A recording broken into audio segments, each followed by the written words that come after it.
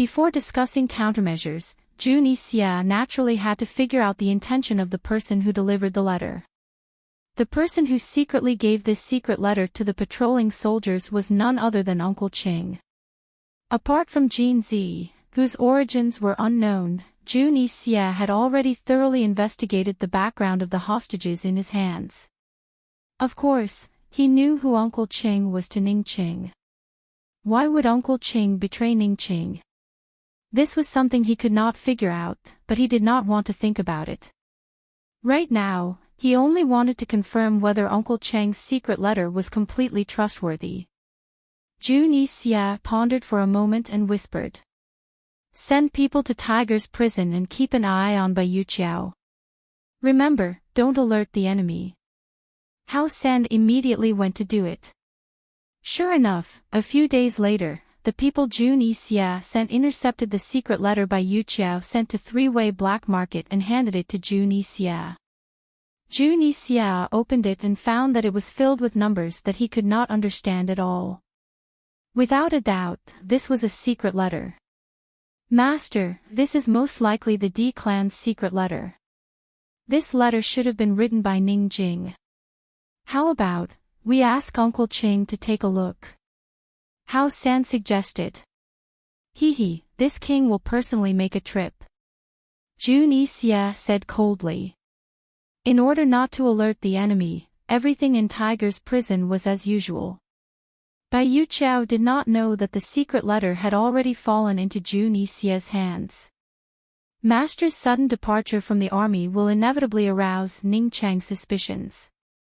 Why not, let this subordinate do it for you? Hao San asked. Dreamy hesitated for a moment before agreeing. These few days, he still went to Ning Chang's camp from time to time to drink wine with him and chat about the war. He endured his anger and waited with all his might. After he had investigated everything clearly, he would definitely lure Long Fei Yi and Han Yunxi over to catch a turtle in a jar. At that time, he would not mind personally killing Ning Ching in front of Han Yunxi and Long Fei Yi. He would wait. Over at Three-Way Black Market, everyone knew that Uncle Ching had an extreme opinion of Han Yunxi, but no one would have thought that Uncle Ching would betray Ning Ching and snitch on him. Regarding the situation of Ning Jing's group, everyone was temporarily at ease. Long Fei Yi did not blame Tang Li for faking the secret order and chasing away Bailey Yuanlong's group, nor did he make it public. Apart from Su Donglin and Han Yunxi, no one else knew about this matter. First, stealing a command token and faking an order was an extremely serious crime.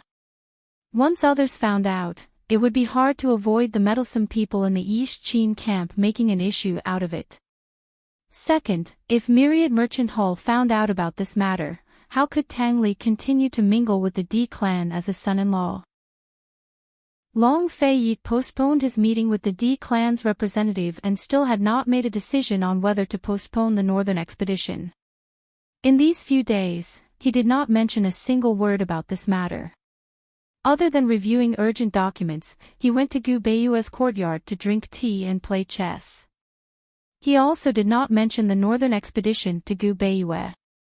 Gu Beiyue was a very tactful person and never asked.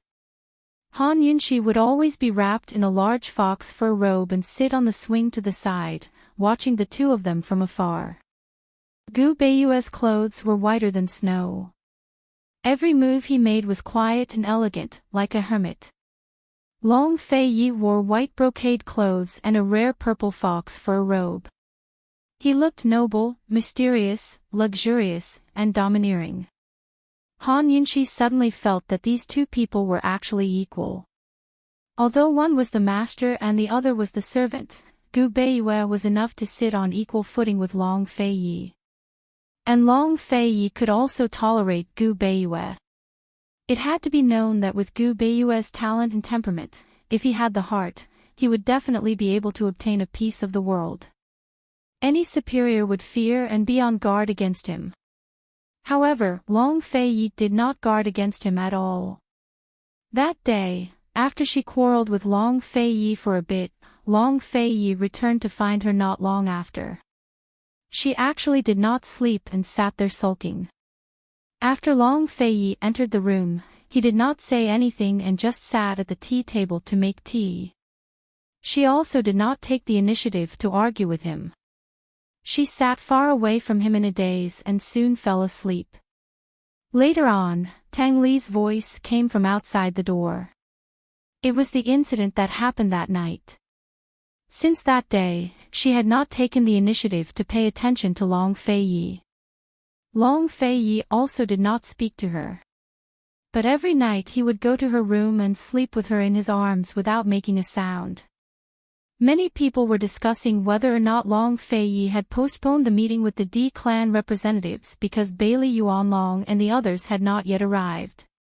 However, Han Yunxi, who knew the truth, was very clear that Long Fei had already made his decision long ago. He had long since agreed with Gu Beiyue's opinion and decided to postpone the northern expedition. Otherwise, he would not have really allowed Bailey Yuanlong and the others to return. What Long Fei was hesitating about now was not the timing of the northern expedition, but his personal promise to Tang Li. There was only right and wrong in an emperor's decisions. All cruelty was relative. However, in the end, there would still be people who would be treated cruelly, right? Long Fei was hesitating about personally treating Tang Li cruelly. Tang Li did not go anywhere. He had been obediently staying in East Origin Palace, waiting for his brother to personally come and settle this matter with him. Han Yunxi was also waiting. Han Yunxi was in a daze when she heard Gu Beiyue's laughter from the side. "Your Highness, thank you for letting me win." Han Yunxi turned around and saw that Gu Beiyue had won this round. In the past few days, Long Fei and Gu Beiyue had competed 5 times. Although Gu Beiyue had won this round, Long Fei was still slightly superior. It was still early. Han Yunxi thought that they would play another round. However, Long Fei stood up and bid farewell. Han Yunxi was slightly alarmed. She hurriedly stood up and watched Long Fei walk out the door. This guy left so early today. Could it be that he was going to find Tang Li? Han Yunxi watched silently. However, when Long Fei reached the door, he stopped and turned around to look at her. He stood there for a moment, then quickly walked towards Han Yunxi. He took her hand, and without saying anything, turned around and left. Han Yunxi followed him in a daze, but soon began to laugh soundlessly. A man of action. Even when quarreling, he was so action-oriented. Long Fei led Han Yunxi to Tang Li's courtyard. As soon as they entered, they saw Tang Li staring blankly at a small booklet in his hand. Han Yunxi knew that it was the booklet he had pestered Gu Beiyue for several months. It was a list of things to pay attention to when a woman gave birth and went through confinement. She had heard that he had returned to the Tang sect not long ago, not only to preside over the military opening ceremony, but also to personally prepare for Ning Cheng's delivery. Now, it seemed that his painstaking preparations were useless. Han Yunxi thought that she would be very free and easy, but when she reached the door, her heart could not help but twist. On the other hand, Long Fei did not hesitate and strode in. Tang Li came to his senses and hurriedly put away the booklet as if nothing had happened. He chuckled and said, "Brother, you wanted to have tea with me." This kid, still pretending. He had obviously been waiting all this time. Long Fei patted him on the shoulder and said seriously, "I came to tell you that the northern expedition has been postponed until early summer. You have to be prepared." Long Fei paused and immediately added, and Tang Li interrupted him.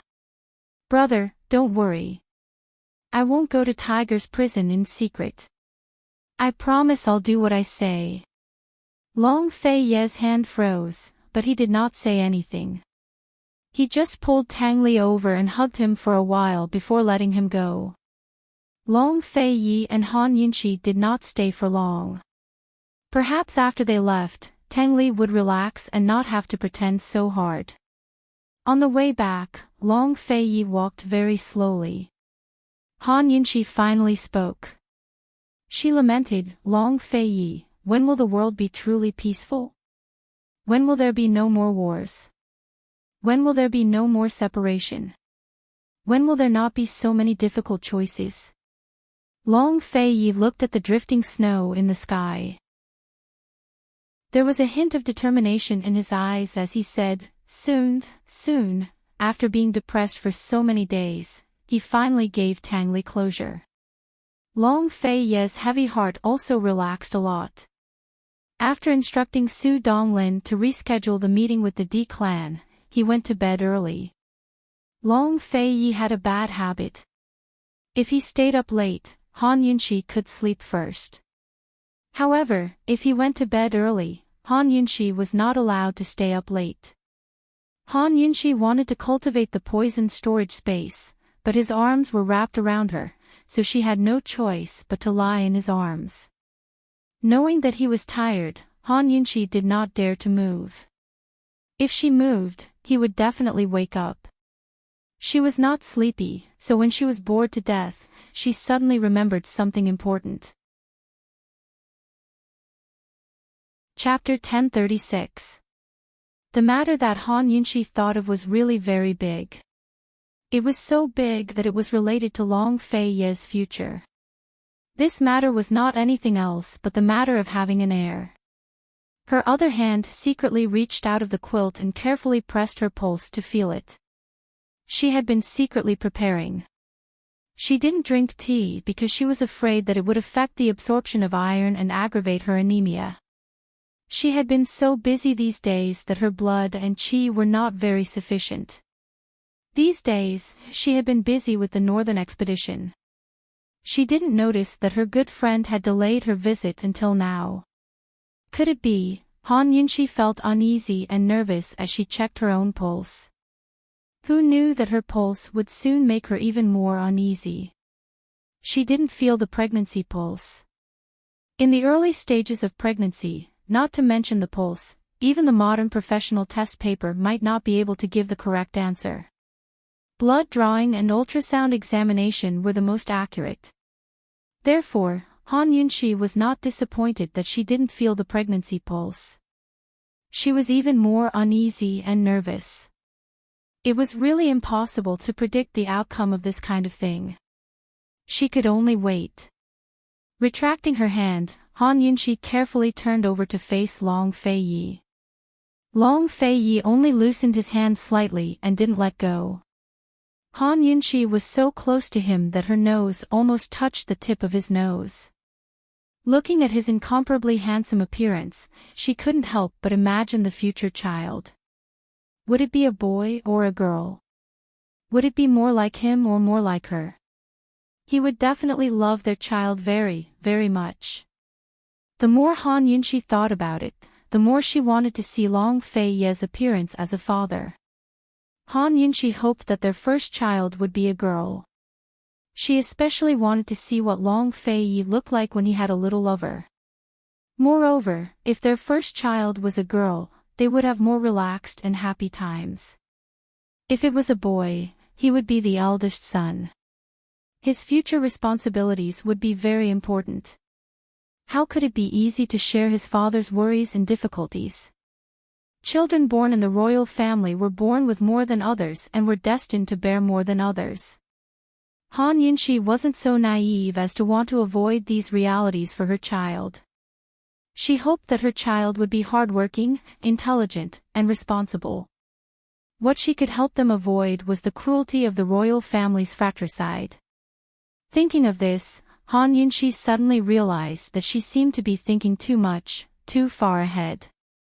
Right now, the world was still uncertain, and her disappointing stomach still hadn't given her any news. If Long Feiyi opened his eyes now, he would definitely see Han Yunxi's vexed expression, which was especially stupid. Han Yunxi really couldn't sleep, so she seriously pondered how to talk to the stewards of the D clan about the delay of the northern expedition. Since Long Feiyi had clearly told Tang Li the date of the northern expedition, then this matter must have been decided and would not change. The following meeting with the D clan was bound to be a tough battle. After all, the D clan had made ample preparations for the northern expedition in spring. They had been waiting for Long Fei Yi and Han Yunxi to return to the three-way black market so that they could discuss the northern expedition as soon as possible and settle several important matters. It was almost the new year, and now he was telling them that the expedition to the north would be delayed by at least 2 months. What would they think? At this moment, in Myriad Merchant Hall, the representatives of the D clan's military, the Chamber of Commerce, and the Myriad Merchant Hall's Council of Elders were holding a secret meeting. This secret meeting had been going on since the morning. Long Fei Yi had delayed the meeting time. They knew nothing of what had happened in East Origin Hall, and only thought that the Bailey Army's people had been delayed by the heavy snow and had yet to arrive. In fact, they had already held several secret meetings before this. They discussed how much of the D clan's interests should be preserved in the cooperation with East Qin, which side should take the initiative in the war, and which side should support, and other such issues. These issues were rather complicated, and the D clan's internal opinions were not unified, so they had to urgently discuss a conclusion when Long Fei Yi met with them. Of course, they hoped to directly contact Ning Qing. If these issues were decided by Ning Qing, they would definitely obey, and there would be no need to argue for so long. Unfortunately, they had no way of directly contacting Ning Qing. The information they received about Ning Qing was all conveyed by Ning Jing. And the information Ning Jing knew was obtained by Yuqiao spies in Jun Yixie's army. Ever since Ning Qing had been taken away by Jun Yixie, even Yuqiao found it extremely difficult to directly contact him. Yuqiao was a cautious person. The more people involved in this kind of communication, the more dangerous it would be. So, unless she had no other choice, she would not send a letter to the army, nor would she allow her trusted aides to send a letter to Ning Qing. According to Yuqiao's opinion, as long as Han Yunxi was around, the D clan had to listen to Han Yunxi.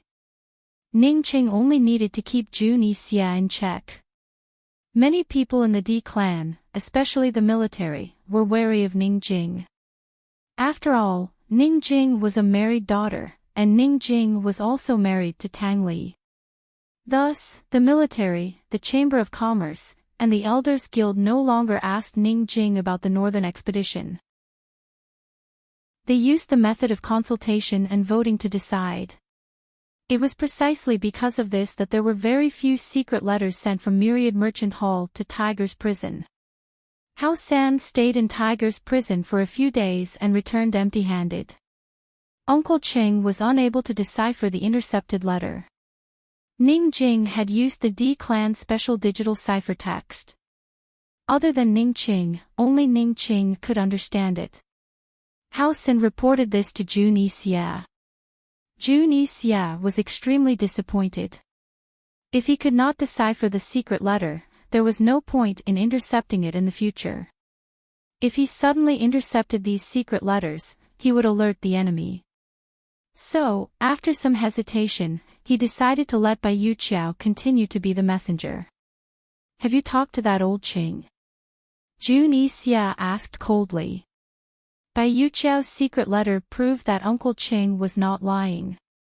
However, he could not figure out why Uncle Qing would betray Ning Qing. "Master, he did not want to talk to me. He asked me to pass a message to you," Shui Sen replied truthfully. "Speak." Jun Yixie was curious. He begged Master to give the D clan another chance on account of his meritorious service in exposing them. "Persuade Ning Qing to cooperate with us."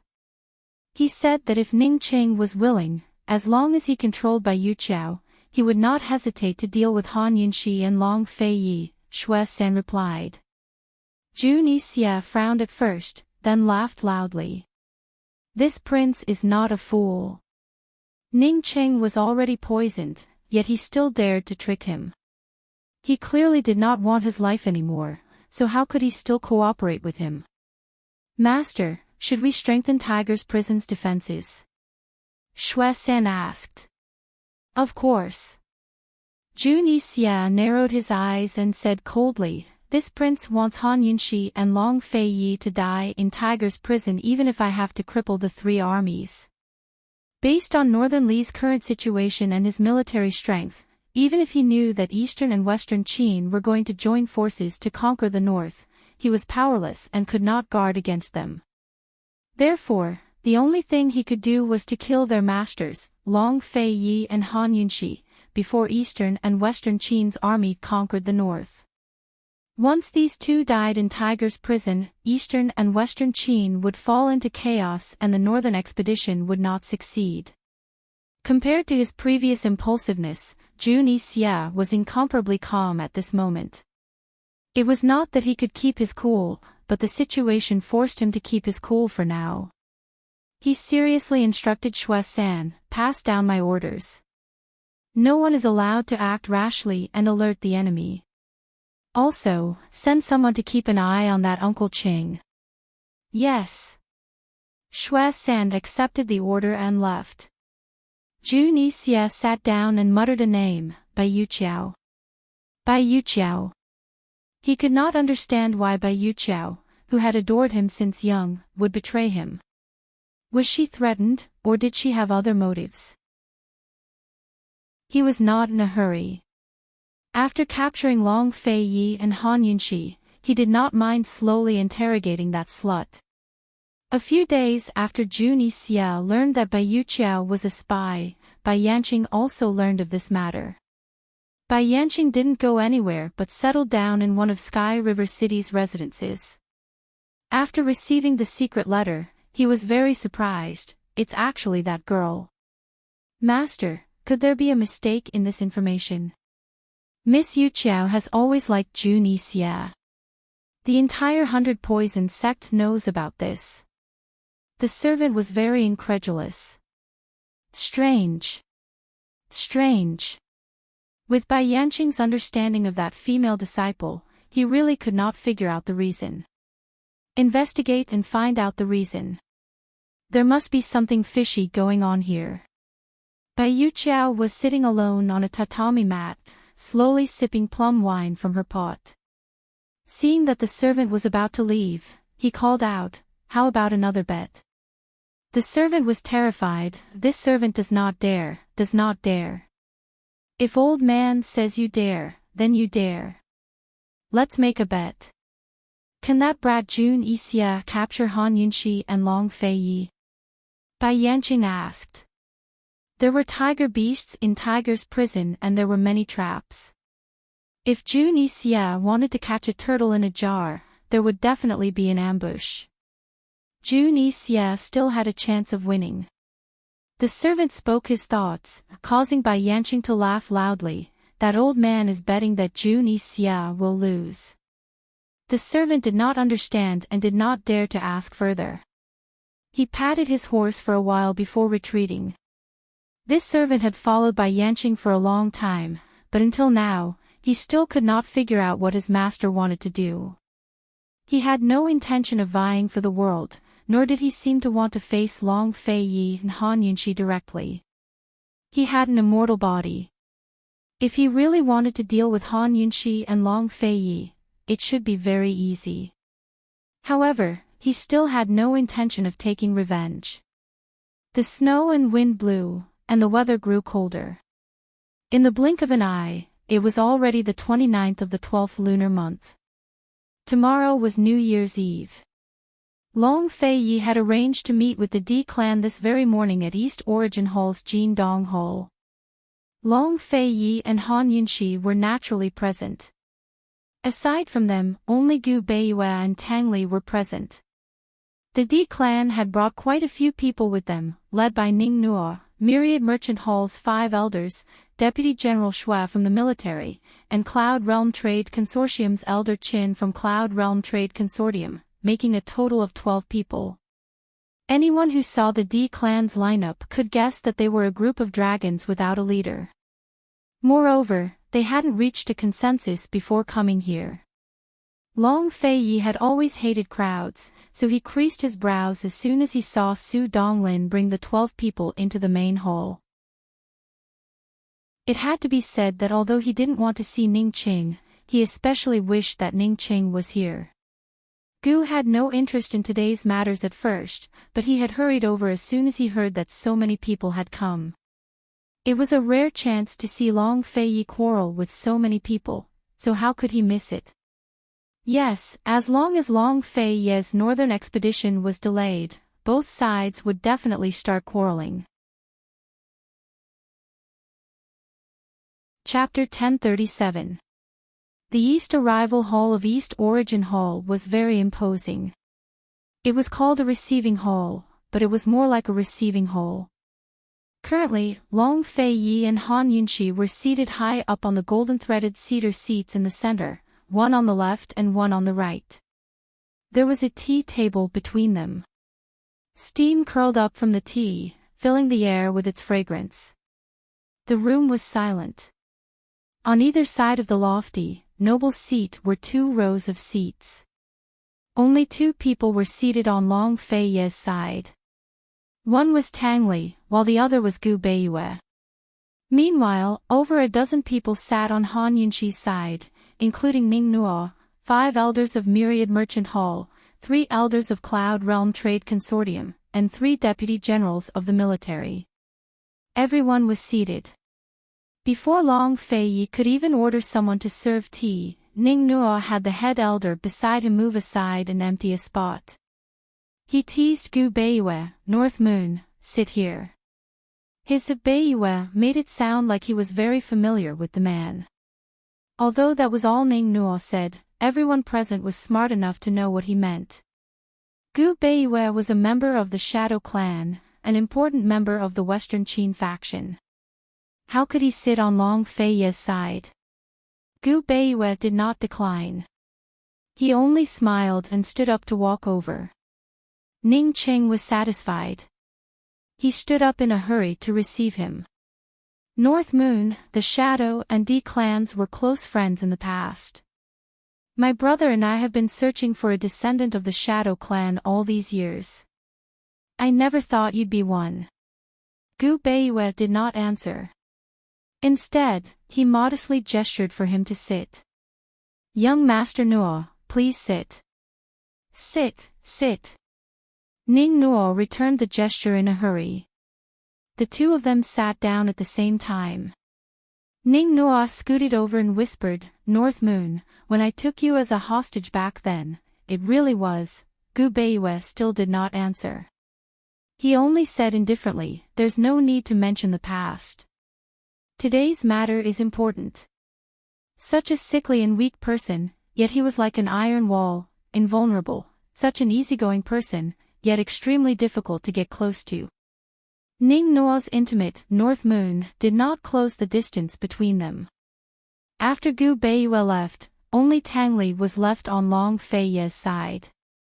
Meanwhile, the seats on Han Yunxi's side were basically full, leaving only 1 seat. Although Ning Nuo and Gu Beiyue didn't succeed, the elders and Deputy General Shui were still very proud. Today, they came with the intention of negotiating. Gu Beiyue's return made them feel that they had won a round before the negotiation even began. They had the advantage in numbers, so their momentum was enough to overwhelm Long Fei's side. Deputy General Shui was especially pleased. One had to know that most of the matters to be discussed today were military affairs. However, Long Fei did not even glance at the D clan. He continued to read the urgent letter in his hand. Very soon, Long Fei finished reading the urgent letter.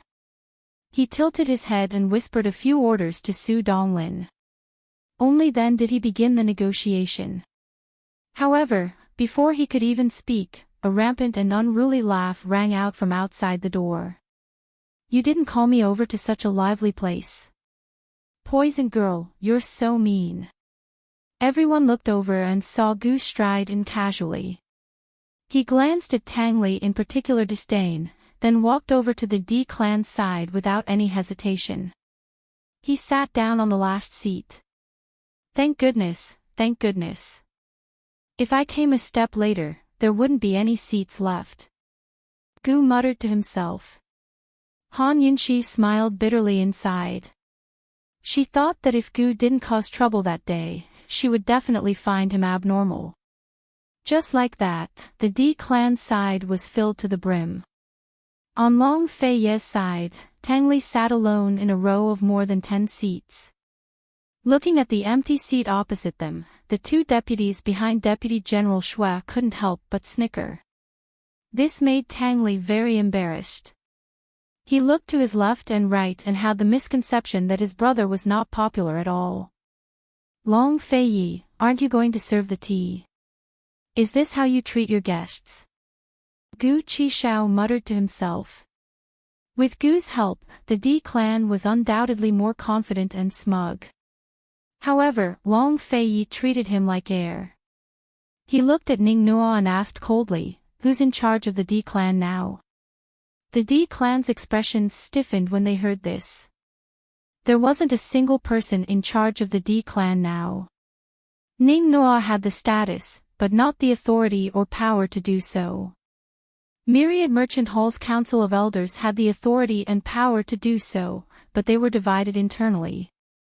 Cloud Realm Trade Consortium's elders and the military's deputy generals didn't have the authority, but the military was a direct participant in military affairs and had to participate in the discussions.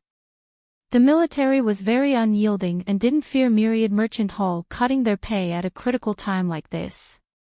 Thus, their differences with Myriad Merchant Hall weren't small either. Cloud Realm Trade Consortium, on the other hand, stood on the military side. Long Fei Ye's first question was already hard for the D clan to answer. Long Fei Ye didn't rush them, but waited patiently. Ning Nuo and the head elder exchanged glances before replying, since my big brother isn't here, this one and Myriad Merchant Hall's Council of Elders will naturally be in charge of the D clan. Long Fei Yi asked again, who's in charge of the Council of Elders? This one. The head elder replied immediately.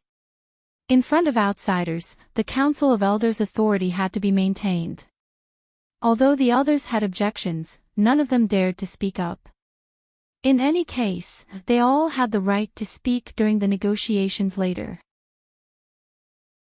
Ning Nuo was about to ask why the Bailey army's men hadn't come when Long Fei Yi said coldly, all irrelevant people, get out.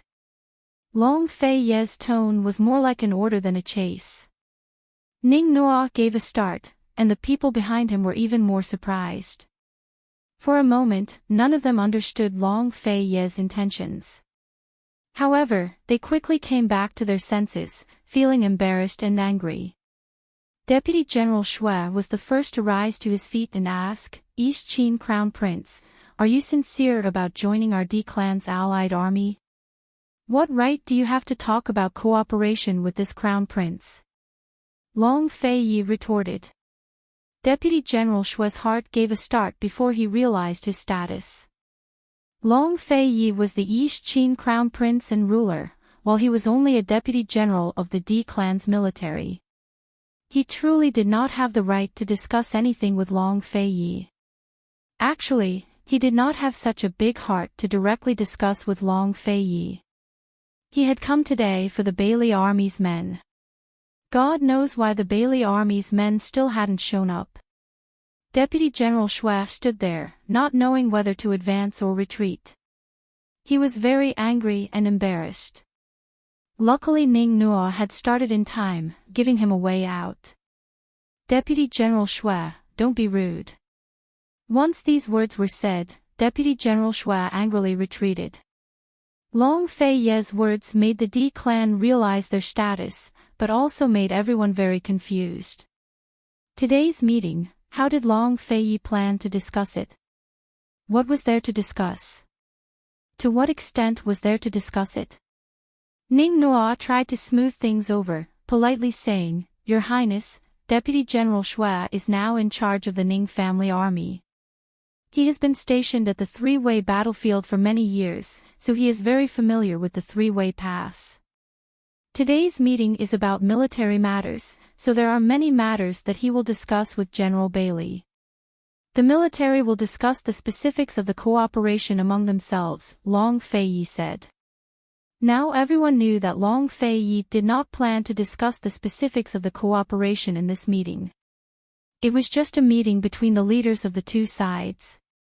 Although they were unwilling, the few elders and deputy generals of the military still left resentfully and waited outside. They knew that they did not have the right to speak with Long Fei Yi, so they could only wait for the meeting to begin. They thought that after the two masters had finished their discussion, the Bailey Army's men and even Kangon Private Bank's men would make an appearance. After all, time was of the essence. The specifics of the cooperation had to be discussed as soon as possible so that they could begin their preparations. Now, there were only two people left on the D clan's side, Ning Nuo and Myriad Merchant Hall's Grand Elder, Gu Beiyue and Gu. Gu Beiyue was as calm and tranquil as ever, but Gu Qishao's interest had waned. Now that everyone was gone, there was no show to watch. He had to face the fact that not everyone had the right or the opportunity to quarrel with Long Fei Yi.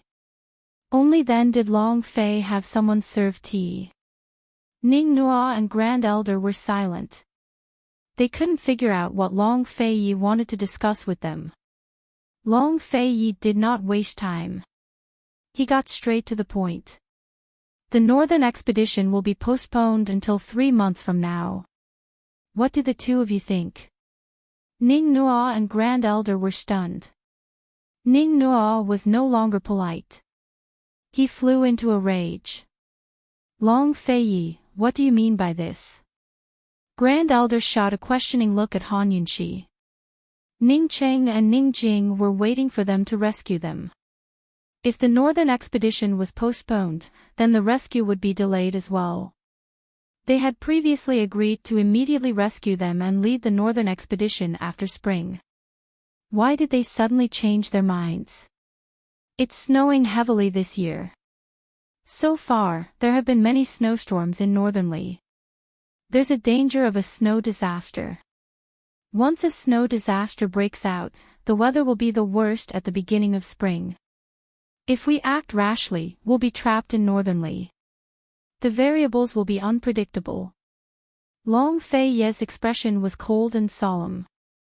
No one could tell what kind of mental torment he had gone through to make this decision. With today's weather and old man's many years of experience, it's impossible for a snow disaster to happen. Grand Elder immediately retorted. Even if there's no snow disaster, the snow will melt at the beginning of spring. First, the roads will be difficult to travel. Second, the spring chill will be chilly. The two of you should know how difficult it is to march. Han Yunxi spoke. Princess, my brother and Ning Jing's lives are at stake. The longer we delay, the more danger they will be in. Ning Nuo angrily looked at the silent Tang Li and questioned, Tang Li, even if you're not worried about my sister, aren't you worried about your own flesh and blood? Are you still a man? In fact, his brother and sister-in-law didn't allow him to come today. It was he who insisted on coming. He was very calm and said seriously, the big picture is more important. I believe Ning Cheng and Jing won't be willing to take this risk. The weather was a big risk, but it wasn't the biggest one. The biggest risk was that Long Fei Yi and Han Yunxi's dual cultivation failed. When it came to the weather, they could predict the worst possible outcome and prepare for it. However, no one knew the consequences of Long Fei and Han Yunxi's failed dual cultivation. If something were to happen to the two of them during the northern expedition, then the world would be in chaos without a leader. Of course, Tang Li wouldn't tell Ning Nuo and the others about this risk. Bullshit. Ning Nuo cursed. Tang Li was very calm and didn't answer. Grand Elder knew he couldn't persuade Long Fei Yi. He looked at Han Yunxi and said, Princess, Mu Ling, is also in Jun Yixie's hands. Grand Elder tried to use Mu Ling, to persuade Han Yunxi. Unfortunately, Han Yunxi persuaded him instead. She said. Chapter 1038. Han Yunshi said, Mu Ling, is the little sister I dote on the most. I made this decision after careful consideration. Head Elder, this northern expedition is crucial to our success or failure. You should know that neither East Qin nor Western Qin can afford to take the risk. But, before he could finish, Han Yunshi cut him off. Besides the safety of the hostages, if the D clan has no other reasons to convince me, then it's decided. Ning Qing hadn't given any opinions on the timing of the northern expedition. It was Long Fei Yi who suggested it in the beginning of spring, so the D clan was delighted to hear the news. But both Ning Nuo and the head elder were clear that the best time to attack wasn't the beginning of spring, but the end of spring and the beginning of summer. First, Northern Li was located in the north of Cloud Realm continent, so its climate was cold. Generally speaking, it was still winter in Northern Li after the central and southern regions entered spring. Thus, the beginning of summer was Cloud Realm continent's best season. The ice and snow had all melted away, so there wasn't as much rain as in the south. The temperature was just right, too. For the soldiers who had never fought in Northern Li before, sending out troops at this time could avoid many of the effects caused by the unsuitable environment. Second, the end of spring and the beginning of summer was the time for grass to grow like crazy. Juni Xie's rear was in the south and east of Northern Li. Once war broke out, the supply of food for the war horses would be affected. Third, Juni Xia and the Northern Dynasty's emperors were about to face off today. Once they did that, it would be a battle of attrition. Letting Juni Xia waste another 2 to 3 months before launching a surprise attack would save them a lot of trouble. Besides saving the hostages, Ning Nuo and the head elder couldn't come up with any other reasons, much less convince Han Yunshi. Long Fei Yi drank his tea in silence while Han Yunshi waited patiently. Tang Li and Gu Beiwei were very quiet as well. Ning Nuo and the head elder had made all sorts of preparations before coming here, but never expected Long Fei Yi and Han Yunshi to give them such an answer. They couldn't answer Han Yunshi, but they couldn't accept this fact. Perhaps, at this time, Han Yunshi could truly experience Long Fei Yi's cruelty. Seeing that Ning Nuo and First Elder didn't say anything for a long time, Han Yunshi said cruelly, "It's decided then. Everyone, rest well for the next few months and make sufficient preparations." The great elder shook his head. Ning Nuo muttered, "Princess, what if my brother and Ning Jing can't come back?" "It won't." Tang Li stood up. "It definitely won't." Ning Nuo sneered, "How can you guarantee that?" "On what basis?" Tang Li said coldly, "Then I guarantee it with my life. As long as Ning Jing is here, I'm here. If Ning Jing dies, I die." Ning Nuo was stunned. Before, he had suspected that Tang Li was sacrificing Ning Jing for East Qin's benefit, but now, he had nothing to say. "Tang Li, remember what you said today," Ning Nuo said and left in a huff. "Young Master Nuo. Young Master Nuo." The great elder hurriedly chased after him. "Young Master Nuo, how do we explain this to everyone?" Ning Nuo sneered. No wonder Long Fei Yi wanted to drive everyone away. If the others were present, it would be strange if they didn't riot after hearing this news. Now that Long Fei had chased everyone away, it was just him and the head elder. It was easy to convince them otherwise. And they had to convince everyone in the D clan. Just say that it's the princess's order. Didn't my brother say that we'll listen to the princess? In the end, Ning Nuo pushed all the blame onto Han Yunshi. Other than this, he didn't know what else he could do. If the D clan didn't have the ability to save people, seeing Ning Nuo and the great elder come out, several elders and deputy generals hurried over. Just as they were about to ask, Ning Nuo said, "Let's go back and talk." "Let's go." Everyone was very confused, but seeing Ning Nuo's bad expression, they didn't dare to ask anymore. Young Master Noah always liked to smile. He must have encountered something big for his expression to change. Seeing the D clan leave, Long Fei Yi said lightly, "You and Tang Li will have to bear this bad reputation. Let them say what they want. I also have a guilty conscience, so it's their turn to say it." Han Yunqi smiled freely. Guilty conscience. Long Fei Yi was stunned at first, then he laughed loudly. What a good guilty conscience.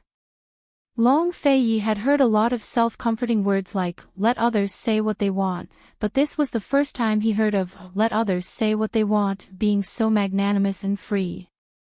Who in this world could truly have a clear conscience? If one didn't have a guilty conscience, there would always be someone who had a guilty conscience. Even if one had a clear conscience to everyone, they would still have a guilty conscience to themselves. Instead of saying that one had a clear conscience, it was better to let others judge their honor and disgrace, and only know right and wrong. Gu Beiyue looked at Han Yunqi. Other than liking, there was more appreciation in his eyes. The princess's heart didn't lose to a man's at all. If she hadn't met Long Fei Yi, perhaps she would have been the empress of a generation. Because of Long Fei Yi's strength and Han Yunqi's cruelty, what should have been a hostile negotiation became a matter that could be resolved with a few words. Of course, even if Ning Nuo and the Great Elder used the words, "the princess's order," it would still be difficult to convince the D clan.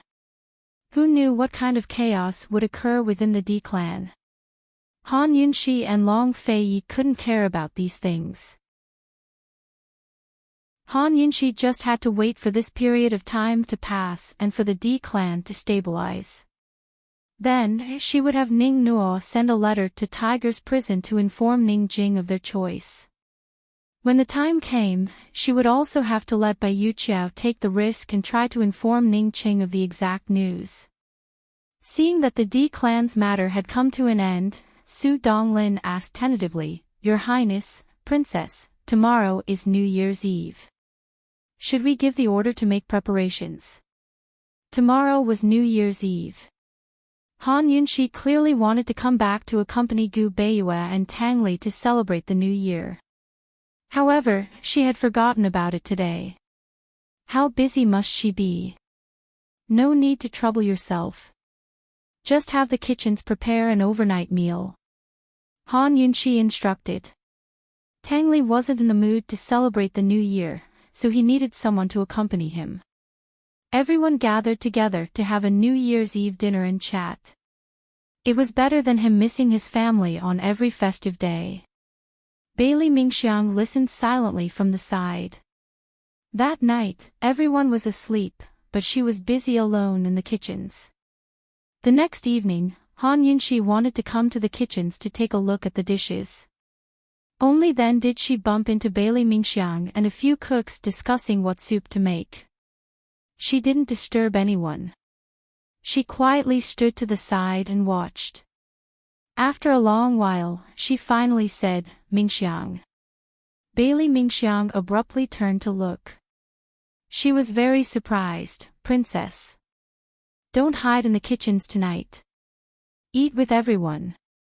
Han Yunqi finished speaking and left. Bailey Mingxiang tightly pursed her lips. She didn't know what to do. Did this mean that the princess had forgiven her? Night fell. The purple Qi pavilion in the deepest part of East Origin Palace was brightly lit. Su Donglin had found a large round table from somewhere that could seat 7 or 8 people. Currently, the table was filled with delicacies and fine wine. Every dish looked, smelled, and tasted good enough to make anyone drool. Han Yunqi dragged Long Fei Yi to their seats early on. The two of them sat at the head of the table. Tang Li sat next to Long Fei Yi, followed by Gu Beiyue. Gu was going to snatch the seat next to Han Yunqi, but Han Yunqi dragged Bailey Mingxiang to it first. Gu had no choice but to sit next to Bailey Mingxiang. In the past, Long Fei would attend a banquet at the palace on New Year's Eve in Tianning's capital city. But ever since Tianning's internal strife, Long Fei and Han Yunxi had been spending New Year's alone. But aside from the trip to Jiangnan's Plum Blossom Sea, everything else had been rushed. This year's New Year's Eve dinner was different from the palace banquet. It was less restrained and more casual. Still, Long Fei Yi was as taciturn as ever. Besides picking up food for Han Yunxi, all he did was eat in silence. Everyone seemed to have considered Tang Li's feelings and was in no mood to celebrate.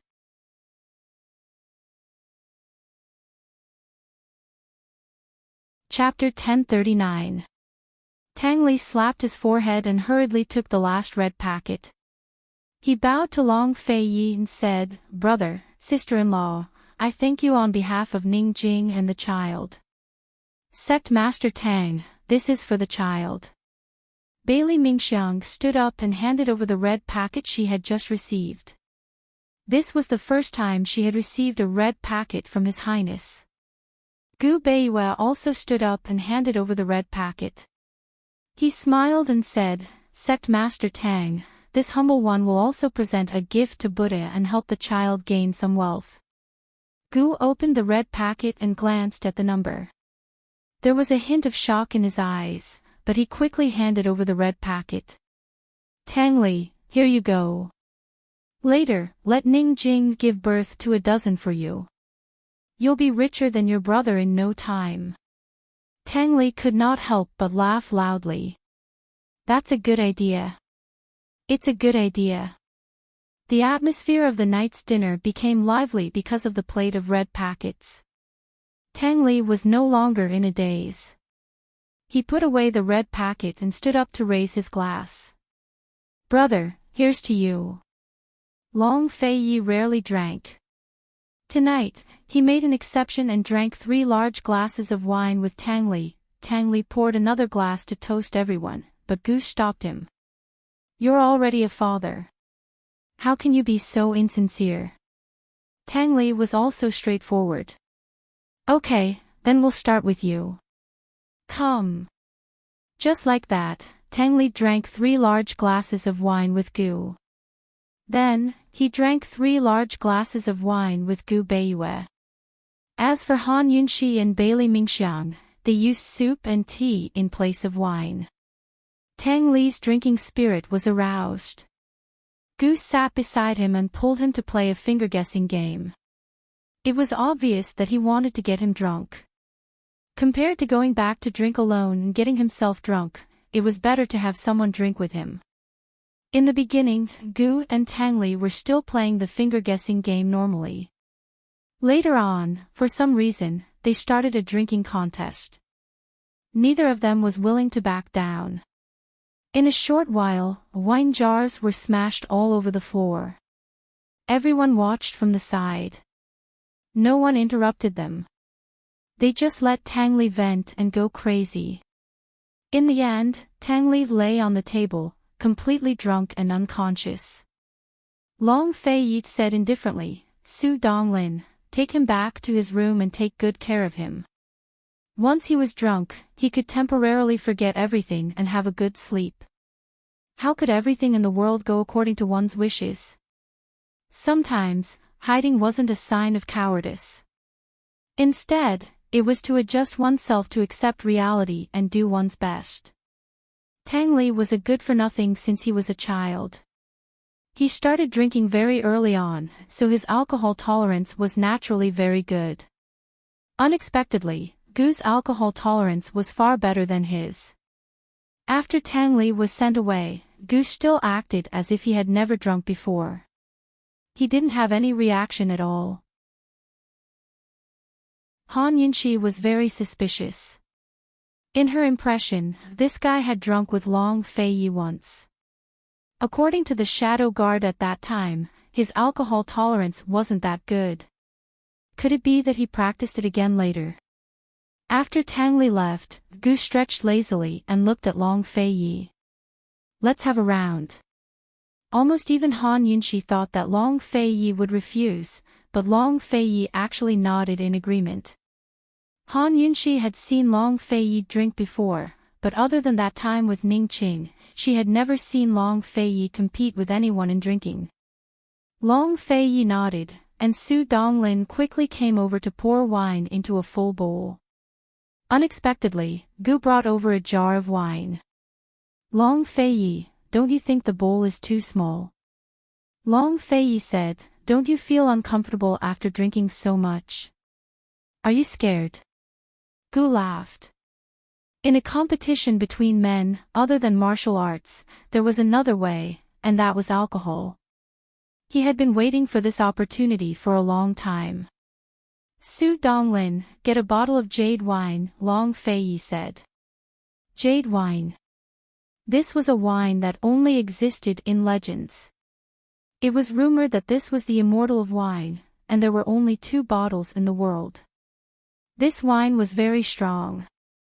Even people with high alcohol tolerance would be drunk after 1 glass, drunk after 2 glasses, and passed out after 3 glasses. And people with low alcohol tolerance would be able to sleep for 3 days and 3 nights with just a small sip. Using jade wine for a drinking competition, there was no need to drink too much as it would make one's stomach uncomfortable. A few sips were enough to determine the winner. Other than this good wine, using other types of wine for a drinking competition was no different from using water, in Long Feiyi's eyes. In the end, it was just a competition of whose stomach was bigger and could hold more. Han Yunxi was surprised, to say nothing of Gu Qishao. Long Feiyi, a tea addict, actually hid the best wine in the world. And from what he said, it seemed that there was more than 1 bottle. Gu naturally understood the strength of jade wine. He twitched the corner of his mouth and felt a little regretful. He thought that Long Feiyi, a tea addict, didn't have any strong wine. If he didn't have strong wine, he wouldn't be able to sleep no matter how much he drank. He calculated that even if he lost to Long Feiyi, it wouldn't be shameful. After all, he and Tang Li had already drunk so much. If he won against Long Feiyi, then tonight would be Long Feiyi's humiliation. How would he know that Long Feiyi had such good things? If they didn't start from the same starting point, he would definitely lose when competing with this kind of strong wine. Su Donglin took the jade wine and opened it. The wine's fragrance wafted out. Even Han Yunxi and Bailey Mingxiang, 2 people who didn't like wine, felt that the smell was very good. Long Feiyi was very elegant when drinking tea, and it was the same when it came to drinking. Even if it was a drinking competition, such good wine shouldn't be wasted. He ordered Su Donglin to bring over a special jade wine cup and filled 2 cups to the brim. Gu stared at the large cup full of wine. The corner of his mouth twitched. He wanted to say something a few times, but he held back. Long Feiyi stood up. Gu thought that he was going to pass him a cup, but he raised a cup instead. This cup will offset your previous cups. How about it? This guy, Gu Beiyue and Han Yunxi couldn't help but laugh. Long Feiyi's way of doing things showed that he was determined to win against Gu. Moreover, he wanted to win over him wholeheartedly without any excuses. What they drank today was 10-year-old New Hong. Although Gu drank more than 10 jars, it still couldn't compare to a cup of jade wine. Long Feiyi didn't take advantage of him in any way. Long Feiyi didn't care whether Gu agreed or not. He raised the wine cup, and without touching his lips, he poured the entire cup of wine into his mouth with a handsome and powerful movement. He drank it all cleanly. Everyone looked at him and waited for a moment, but he didn't react at all. If they hadn't seen him drink the large cup of jade wine with their own eyes, no one would have known that he drank. He put down the cup, and Su Donglin quickly filled the empty cup. Both cups were full, and there was no difference in the amount. Long Feiyi was still very fair. He coldly said to Gu, "Choose a cup." Gu Qishao's eyes darted back and forth before everyone's eyes. He raised his wine cup and said loudly, "Come. Drink." Before he could drink, Long Fei raised his other cup and took a sip from the bottom of his shoulder. Even if Gu wanted to go back on his word, there was no room for regret. He threw caution to the wind and raised his cup to finish it. He drank so much just now, and he was really full. After drinking this cup of wine, he immediately burped. Everyone looked at him. He didn't seem to be affected, and he could still laugh. However, as he laughed, his eyes suddenly widened, and he fell headfirst onto the dining table. He fainted. Long Fei Yi was expressionless. He ordered coldly, "Su Donglin, drag him away." This New Year's Eve dinner was the most unforgettable meal in Tang Li's life, and it was also the most unforgettable meal in Gu's life. Gu slept for 3 days and 3 nights. When he woke up, he didn't mention a word about his loss. He told Gu Beiyue that he really wanted to get Ning Qing out right now and let Ning Qing fight with Long Fei Yi. Just like that, the new year passed. After all, no one was in the mood to celebrate, nor did they have the time. New Year's Eve at Tiger's prison was very boring as well. On New Year's Eve and the first day of the year, Mu Ling stayed in her room to keep Ning Jing company. Bai Yuqiao secretly hid outside the courtyard and accompanied Su Xiaoyu for an entire night. Before he left a red envelope on the wall. Uncle Cheng was the same as before, hiding in his room all day. Deacon Jean snuck into the back courtyard a few times, but didn't run into Mu Ling at all. In the end, he returned in disappointment. After the 3rd day of the new year, there wasn't much of a New Year's mood. Yunxi and Long Fei Yi didn't relax because of the delay, but busied themselves with their own tasks. Long Fei Yi had to keep an eye on Northern Li's civil war and track down Bai Yanqing's whereabouts. He also had to keep an eye on that mysterious figure from the poison sect. Moreover, the Heaven and Earth Bank's year-end accounts had already been in his hands for a month, but he still hadn't had time to go through them all. Bai Yanqing still hadn't shown his face, much less made any movements. It'd be strange if there wasn't a ghost. The mysterious black-robed man from the poison sect hadn't shown up either. These were the 2 things that worried Long Fei Yi the most. As for Han Yunxi, she spent most of her time outside of cultivating the poison storage space with Gu Beiyue and Gu. She studied their ancient poison scriptures, pill manuals, and strange anecdotes in search of the earthly fire Kuan furnace.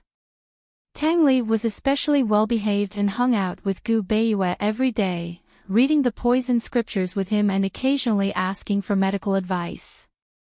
Today, Han Yunxi and Long Fei Yi were chatting in their rooms when they heard a scream from outside. Tang Li. Long Fei Yi rose to his feet. That voice really was Tang Li's. What's wrong with him? Han Yunxi was also anxious. The 2 of them hurried over to the source of the sound and heard Tang Li shouting a few times along the way. Tang Li had been perfectly fine for the past few days. Just what had happened to him? Long Fei Yi and Han Yunxi's hearts were in their throats. But when they found Tang Li, they saw Tang Li hugging a thick poison scripture and jumping up and down while shouting. Gu and Gu Beiyue rushed over at the same time and were stunned by the scene. Tang Li, what are you doing? Long Fei Yi asked coldly. Although he doted on his younger brother, he rarely showed it. Tang Li turned around and laughed. Big bro, the earthly fire Kuan furnace. The earthly fire Kuan furnace. I found it. As soon as he said that, everyone was shocked. Gu was the first to rush over and snatch the poison scripture from Tang Li's hands. He looked at it carefully and was overjoyed. It's actually there. Where is it? Han Yunxi asked anxiously. Guess. Tang Li said with a smile. Han Yunxi could not guess it. She said anxiously, tell me quickly. Why would I look for it if I could guess it? Big bro, guess. Tang Li said again. Long Fei Yi did not have Han Yunxi's patience. He reached out and grabbed the poisoned scripture from Gu's hands. After reading the records on the middle page, Long Fei Yi and Han Yunxi were surprised. This location was too. Actually, I fixed the wrong words.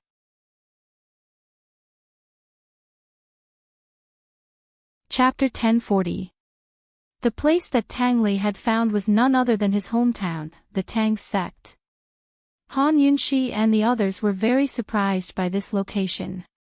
Who would have thought that the thing that they had been searching for so long would actually be in their own territory? Tang Li, in particular, was overjoyed.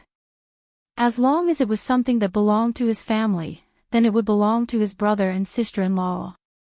Rather than saying that it was a surprise, it would be better to say that it was a pleasant surprise. Han Yunxi had previously been rather worried that the earthly fire Kun furnace would fall into the hands of a weirdo like the old man of alchemy, just like the celestial fire furnace. If they wanted to obtain it, they would have to go through a lot of trouble. If the earthly fire Kun furnace was in the Tang sect, they would be able to find it even if they dug 3 feet into the ground, and no one would dare to stop them. The Poison Codex did not clearly record the location of the earthly fire furnace, but from the description, it was definitely the ghost fire in the earthly fire Kun furnace. The Poison Codex said that in the Lotus Mountain range, there was a spring called the Fire Spring. There was no fire in the Fire Spring, but because the water was fiery red, when the wind blew and the waves rose, it looked like there was a raging fire in the spring from afar. Thus, it was named the Fire Spring. The water in the Fire Spring was boiling hot, and not a single blade of grass grew around the spring. Occasionally, birds and beasts would fall into the spring and die immediately, their corpses turning black. When someone who was proficient in poison came to this spring and determined that the spring water was poisonous, they did not know why it was poisonous. Celestial fire had no form and only had heat. Earth fire was definitely the same. When birds and beasts were burned to death and their corpses turned black, it was very likely that they had been poisoned. This Poison Codex recorded something that happened several hundred years ago. It was already very impressive that the poison masters at that time could determine that the spring water was poisonous. Tang Li, have you seen this fire spring before? Han Yunxi asked anxiously. Tang Li shook his head and said, the Tang sect's poison grounds have always been managed by Aunt Ru. It's a forbidden area of the Tang sect. I've only been there once. Han Yunxi wanted to ask Long Fei Yi more, but she realized that there were hundreds of questions. If Long Fei Yi and Tang Li knew about the existence of the fire spring, they would have thought of the earthly fire Kun furnace. Aunt Ru and the others did not know about the earth fire Qian furnace, so it was normal that they did not tell them. Han Yunxi didn't care how much Aunt Ru knew about the fire spring. Right now, they had to hurry over and find the fire of 10,000 poisons. The best way was to get it safely in the bag. Sister-in-law, so the earth fire belongs to us. I'll go with you. As long as it belongs to the Tang sect, it can't escape. Tang Li was very excited. He had been the sect master of the Tang sect for so long, but this was the first time he had the boldness of a sect master. Good. Pack up, we'll set out tonight. Han Yunxi agreed immediately. Tang Li indeed needed to leave the three-way black market for a walk, so as to avoid being bored to death. Your Highness, Princess, it's been snowing heavily lately. I'm afraid we won't be able to reach Mount Tianshan in less than a month, Gu Beiyue said seriously. Now that we've found the fire of 10,000 poisons, we should prepare to go to Mount Tianshan. The Tang sect was in the southeast, which was quite far from the three-way black market. Mount Tianshan was in the northwest, which was also quite far from the Tang sect. Taking into account the distance, 2 to 3 months wasn't a lot of time for them. Moreover, they had to return to the three-way black market half a month in advance. Once they left, time would pass very quickly. Before Han Yunxi could reply, Tang Li beat her to it. Then we'll be able to save them very soon. Everyone was gratified to see Tang Li so optimistic. Their efforts on New Year's Eve hadn't been in vain. Su Donglin, send a message to Tang Zijin first. Ask him about the fire spring, Long Fei Yi ordered in a low voice. Based on the time recorded in the ancient Poison Codex, the fire spring had already existed before the Tang sect had taken over Lotus Flower Mountain Range. The Tang sect had originally been skilled in hidden weapons and poison. Poison had been passed down from the Poison sect. Later on, poison had declined, so the Tang sect had mainly relied on hidden weapons. The Poison Lands only occupied 2 mountains in the Tang sect, and were considered forbidden grounds. Later on, Tang Zijin opened a new foundry and occupied one of the mountains in the Poison Lands, leaving only one mountain in the Poison Lands. According to the ancient Poison Codex, the location of the fire spring was in that mountain. The Tang sect's Poison Lands only existed in name. All these years, Andrew had been in charge of it, in charge of searching for the secrets of the perplexing butterfly illusion. Long Fei Yi wasn't familiar with poison, so he'd left these matters to Andrew. Thus, he and Tang Li had rarely set foot in the Poison Lands, so they didn't know that the fire spring existed. Before they left, Han Yunxi sent someone to bid farewell to Ning Nuo, reminding him to remember to inform Ning Jing and Ning Qing of the delay in the northern expedition. That night, the group secretly left East Origin Hall and hurried towards the Tang sect. Tang Li and Gu led the way in front, while Su Donglin brought a few shadow guards to clear the snow along the way. Han Yunxi and Long Fei Yi rode in the carriage in front, while Bailey Mingxiang followed behind. As usual, Gu Beiyue didn't travel with them. Someone had to stay in the three-way black market to observe the movements of the D clan and Northernly, and report to Long Fei Yi and Han Yunxi at any time. Furthermore, if they encountered an unexpected emergency, they had to have the ability and courage to handle it themselves. Without a doubt, Gu Beiyue was the best candidate. Just as Gu Beiyue predicted, Han Yunxi and the others took almost a month to travel from the three-way black market to the Tang sect. When they arrived, it was already the end of the first month.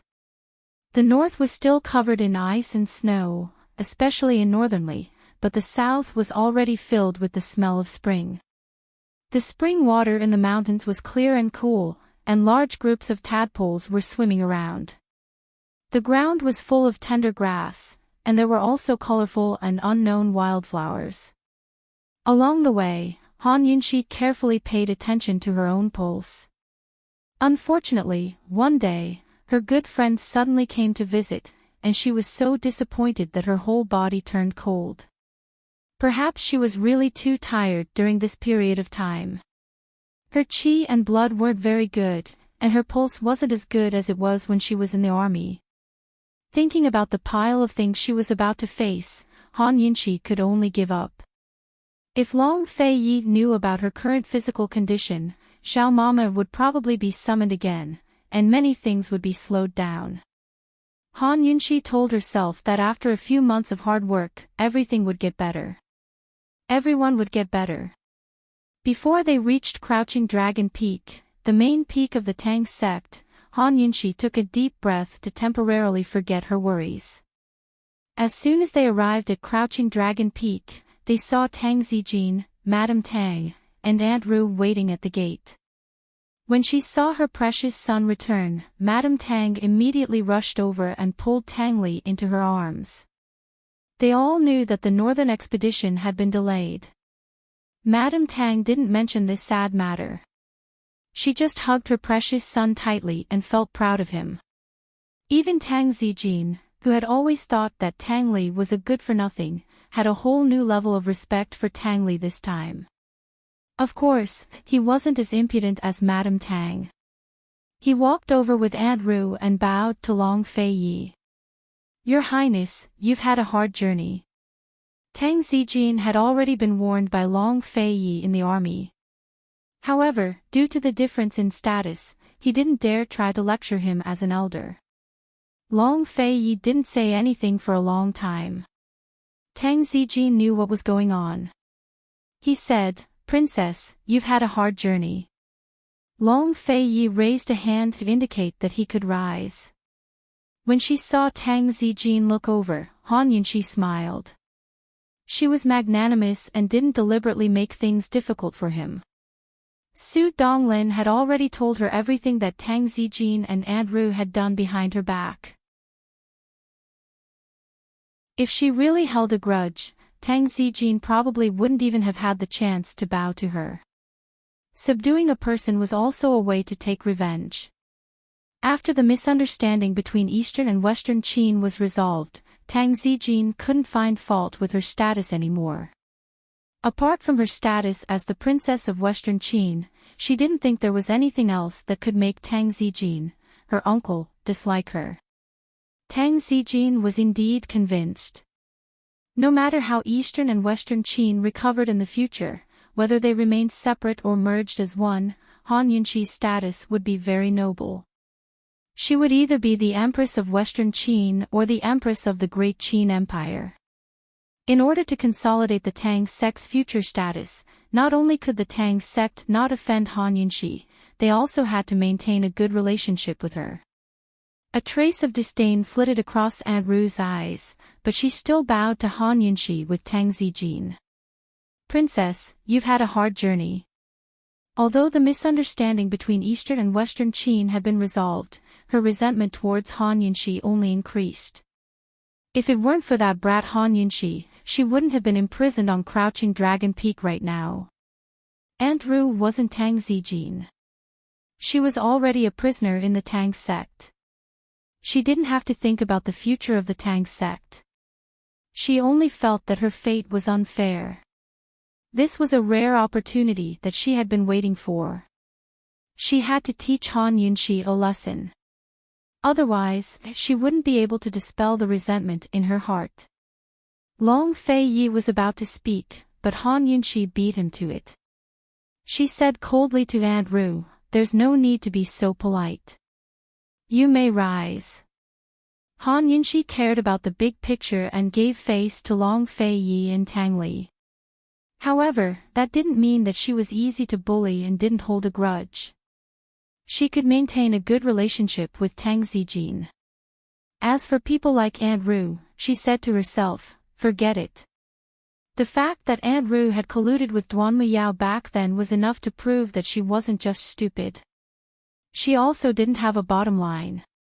If she wasn't imprisoned on Crouching Dragon Peak, who knew when she would bring disaster to the Tang sect? Aunt Ru raised her head and looked at Han Yunxi. Han Yunxi pretended not to see her. Long Fei Yi naturally wouldn't allow Aunt Ru to rise again.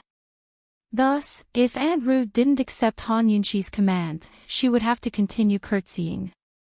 Hatred flashed across Aunt Ru's eyes, but she still smiled and stood up. "Thank you, Princess. Your Highness, the poison grounds have always been under Aunt Ru's jurisdiction. This subordinate wasn't familiar with the area, so I took Aunt Ru away from Crouching Dragon Peak without permission." "I haven't redeemed myself yet," Tang Zijin said. "There's no need to be so formal here," Long Fei Yi said calmly. He turned to Madame Tang and asked, "Aunt, how have you been?" With Long Fei Yi's words, Tang Zijin relaxed. Under the current circumstances, he had to follow Long Fei Yi's wishes. Otherwise, the Bailey army's power would surpass the Tang clans in the future. "Very good. As for the two of you, you're always rushing about. Don't you know how to take care of your health?" Madame Tang pulled Han Yunxi over and studied her closely. Han Yunxi quickly diverted her attention by handing over a small brocade box. "Madame Tang, this is, what? Fei's already calling me aunt, but you're still not willing. It looks like I'll have to make up for it with a big bow." Madame Tang said unhappily. Han Yunxi smiled helplessly. She glanced at Long Fei Yi and changed her tune.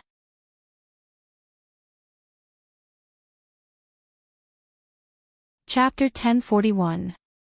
Aunt, this is something I found by chance a while ago.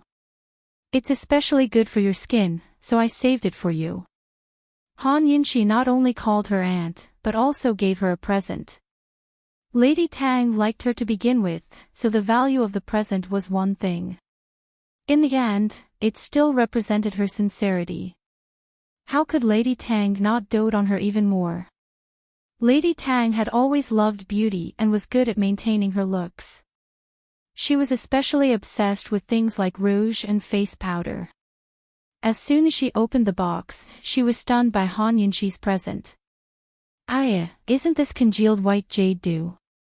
TSK, this is good stuff. Lady Tang was delighted. It's good that Aunt likes it. Han Yunxi smiled. She had no intention of taking out a second present, so Aunt Ru could only watch from the sidelines, feeling very awkward. She had been in the Tang clan for so many years.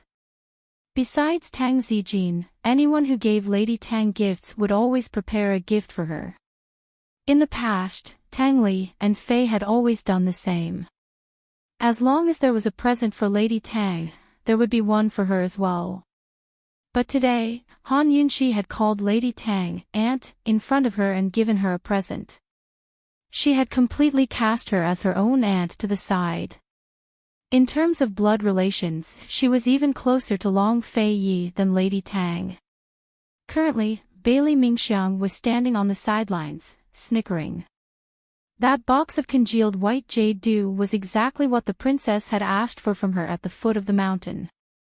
The princess had always preferred to go barefaced, so she wasn't interested in such things. She had never understood what the princess wanted to do, but now she understood after seeing Aunt Ru's 7 parts embarrassed and 3 parts disappointed expression.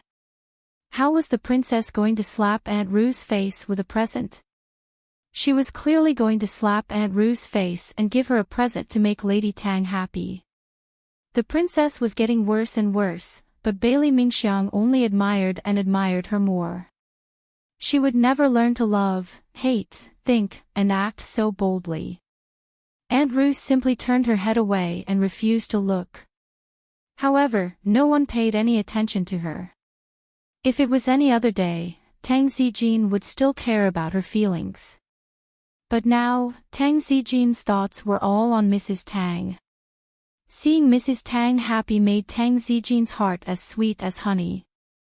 After a few simple pleasantries, it was time to get down to business. Tang Zijin had prepared a table full of food and wine to welcome them back, but Long Fei refused. After a simple meal, no one had time to rest. Long Fei Yi had Aunt Ru lead the way into the Tang sect's poison grounds. Tang Zijin and Madame Tang didn't come. Aunt Ru was the only one leading them. Everyone wanted to see Fire Spring before nightfall, so Aunt Ru did not delay. While walking, she explained everything that Long Fei Yi and the others did not understand.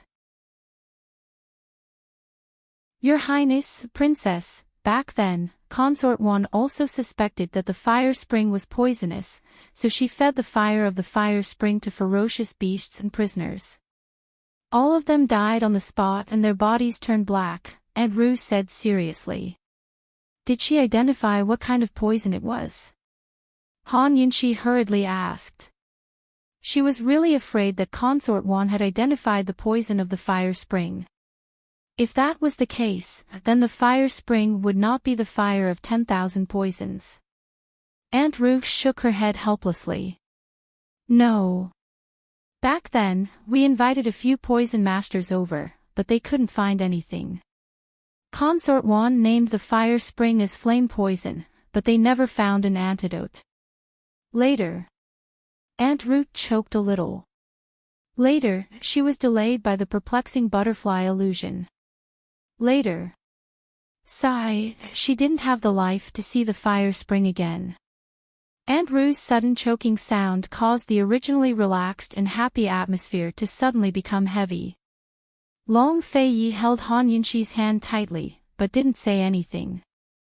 Gu Qishao and Tang Li walked behind her.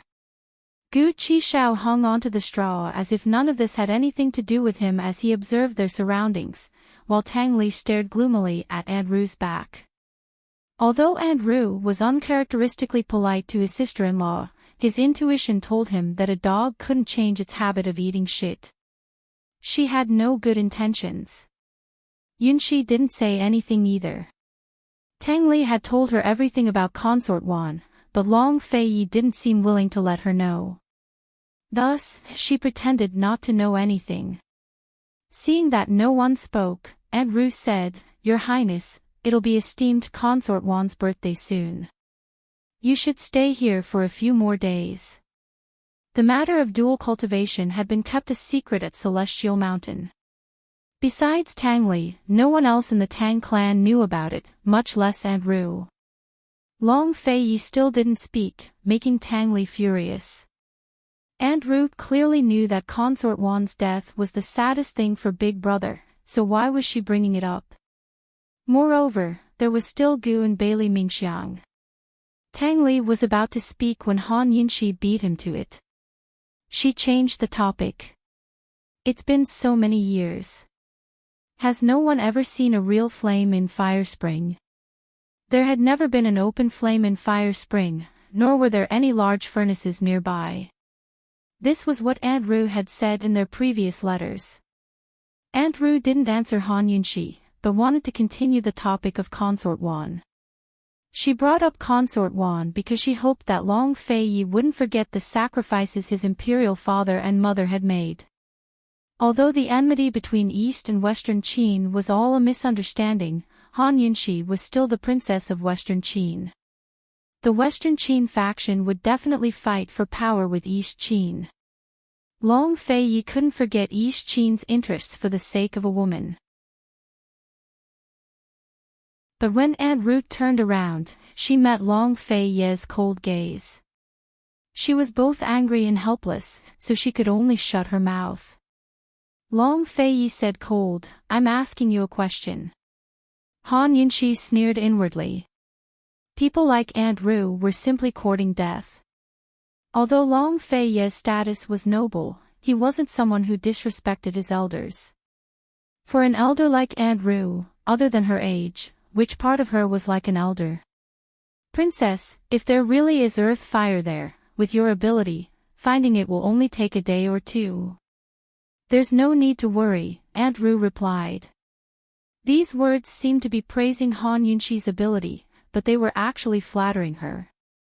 If Han Yunxi couldn't find the earth fire in a day or two, wouldn't it be very embarrassing? Han Yunxi couldn't be bothered to pay attention to her and didn't ask any more questions. In any case, Andrew didn't know much about the earth fire. It was better for her to personally take a look before discussing it with the others. They quickened their pace and quickly crossed the mountain, arriving at the shade of the mountain. The fire spring was hidden in the valley behind the mountain. It was hidden very deeply. If they didn't take this mountain path, they definitely wouldn't be able to see it. After Han Yunxi and the others crossed the mountain, they walked towards the valley.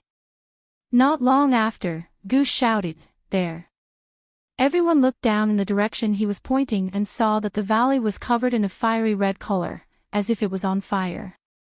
Yes, it's there," Andrew said with a smile. "It really looks like fire. So beautiful." Han Yunxi had already secretly activated the detoxification system. Unfortunately, the distance was too far and she couldn't detect any poison. "Princess, do you see it? Fire spring is there. If we go down now, it will be dark soon. Why don't we come back tomorrow?"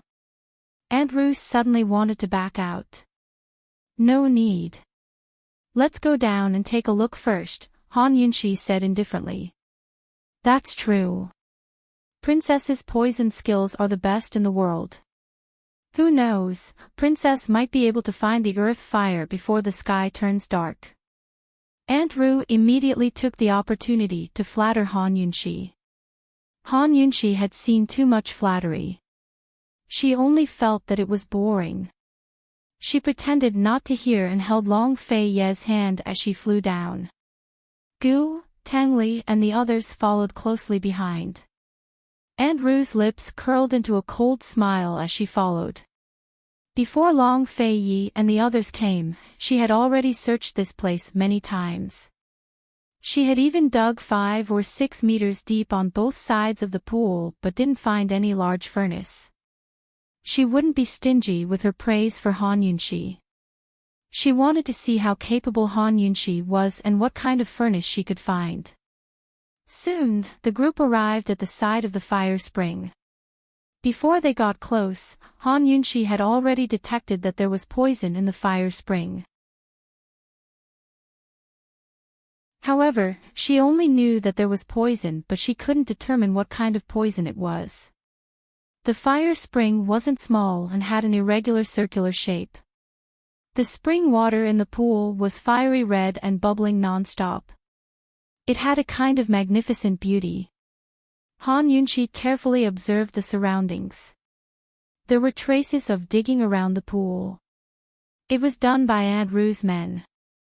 Han Yunxi discovered that the surrounding barren land also had the same poison as the fire spring and it was hidden rather deeply. She pondered for a moment and came to a definite conclusion: geothermal heat. The poison is hidden underground and has affected the water quality and soil. Then it must be the earth fire. Could the earth fire Qian furnace be at the bottom of the lake? Gu finally spoke. Compared to Gu, Han Yunxi was more cautious. She said seriously, not necessarily. It could be another poison. I just can't detect it. Although she could deduce from various signs, she could only be 80% sure when she didn't see the earth fire Kuan furnace. And when she saw the earth fire Kuan furnace, she could only be 90% sure. No one had told them that the fire in the earth fire Kuan furnace was definitely the fire of 10,000 poisons. This was their deduction based on Old Man of Alchemy's description. Only when they obtained the earth fire and merged it with the perplexing butterfly illusion to obtain the poisonous teardrop would Han Yunxi be sure that the earth fire was the fire of 10,000 poisons. The perplexing butterfly illusion was used to break by Yanqing's undying body, so Han Yunxi didn't dare to be careless. Long Fei Yi didn't hesitate. Su Donglin, find someone to break the pool and draw water. Aunt Ru stood at the side and said casually, this isn't easy to do. It won't be done without 5 to 6 days. I thought that with the princess here, we would be able to see the earth fire very quickly. Han Yunxi still ignored her, but she stopped Su Donglin. There's no need to trouble so many people. After saying that, she unexpectedly jumped into the fire spring. Han Yunxi. Poison lass. Long Fei Yi immediately reached out to pull her back. Gu also rushed over, but it was a pity that the two of them didn't manage to hold her back. The others still hadn't recovered from their shock and were stunned. One must know that the 5 elemental poison and the blood of 10,000 poisons were both incurable poisons. If Han Yunxi was poisoned, she probably wouldn't be able to save herself. Everyone was stunned, including Aunt Ru. But soon, Han Yunxi let everyone see a miracle. Just as Han Yunxi was about to fall into the water in the fire spring disappeared into thin air, not leaving a single drop behind. The large pool was as deep as 2 people. Han Yunxi stood in the middle of the pool, looking up and smiling at everyone. Long Fei Yi was so scared that he broke out in cold sweat. But seeing her smile, he couldn't help but smile. How could he forget that this woman had a poison storage space? Other than the blood of 10,000 poisons, she couldn't actively collect other poisons. But for poisons that threatened her life, she could collect them in her poison storage space. With her jump, the innocent fire spring became a threat to her. Han Yunxi smiled and looked casually at Aunt Ru, only to see her.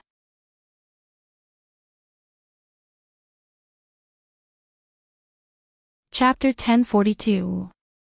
Han Yunxi looked towards Aunt Ru, only to see her staring at the empty fire spring with an astonished look. her eyes and mouth agape. Han Yunshi used the momentum to leap up, and Andrew finally regained her senses as she stared at her in disbelief. What did this stinky lass do earlier? Why did the entire pond of water disappear? And earlier, she flew up earlier. Wasn't she a trash? How did she know martial arts? Han Yunshi intentionally threw a disdainful glance towards Andrew. Although flattery was boring, but she could still arrogantly crush Andrew. I'll leave the rest to the both of you. Han Yunshi retreated to one side as she crossed her arms and looked on calmly. Long Fei Yi drew out his profound frost sword while Gu also drew out Mo Xie's sword spirit. With Long Fei Yi's power and Gu's sword spirit's power, splitting the bottom of the pond was a piece of cake. Seeing Long Fei Yi and Gu making their move, Andrew then hurriedly moved aside. Although she was unwilling, but she still walked over to Han Yunshi's side and stood there for a while before asking in a low voice, "Princess, earlier why did the fire spring water disappear?" Han Yunshi looked straight ahead and didn't reply. Andrew was slightly embarrassed as she asked again loudly, "Princess, why did the fire spring water disappear?" "That's poisonous." At this moment, Han Yunshi then unhurriedly replied, "I don't know either." Even an idiot could tell that Han Yunshi didn't want to tell Andrew and didn't want to talk nonsense with her.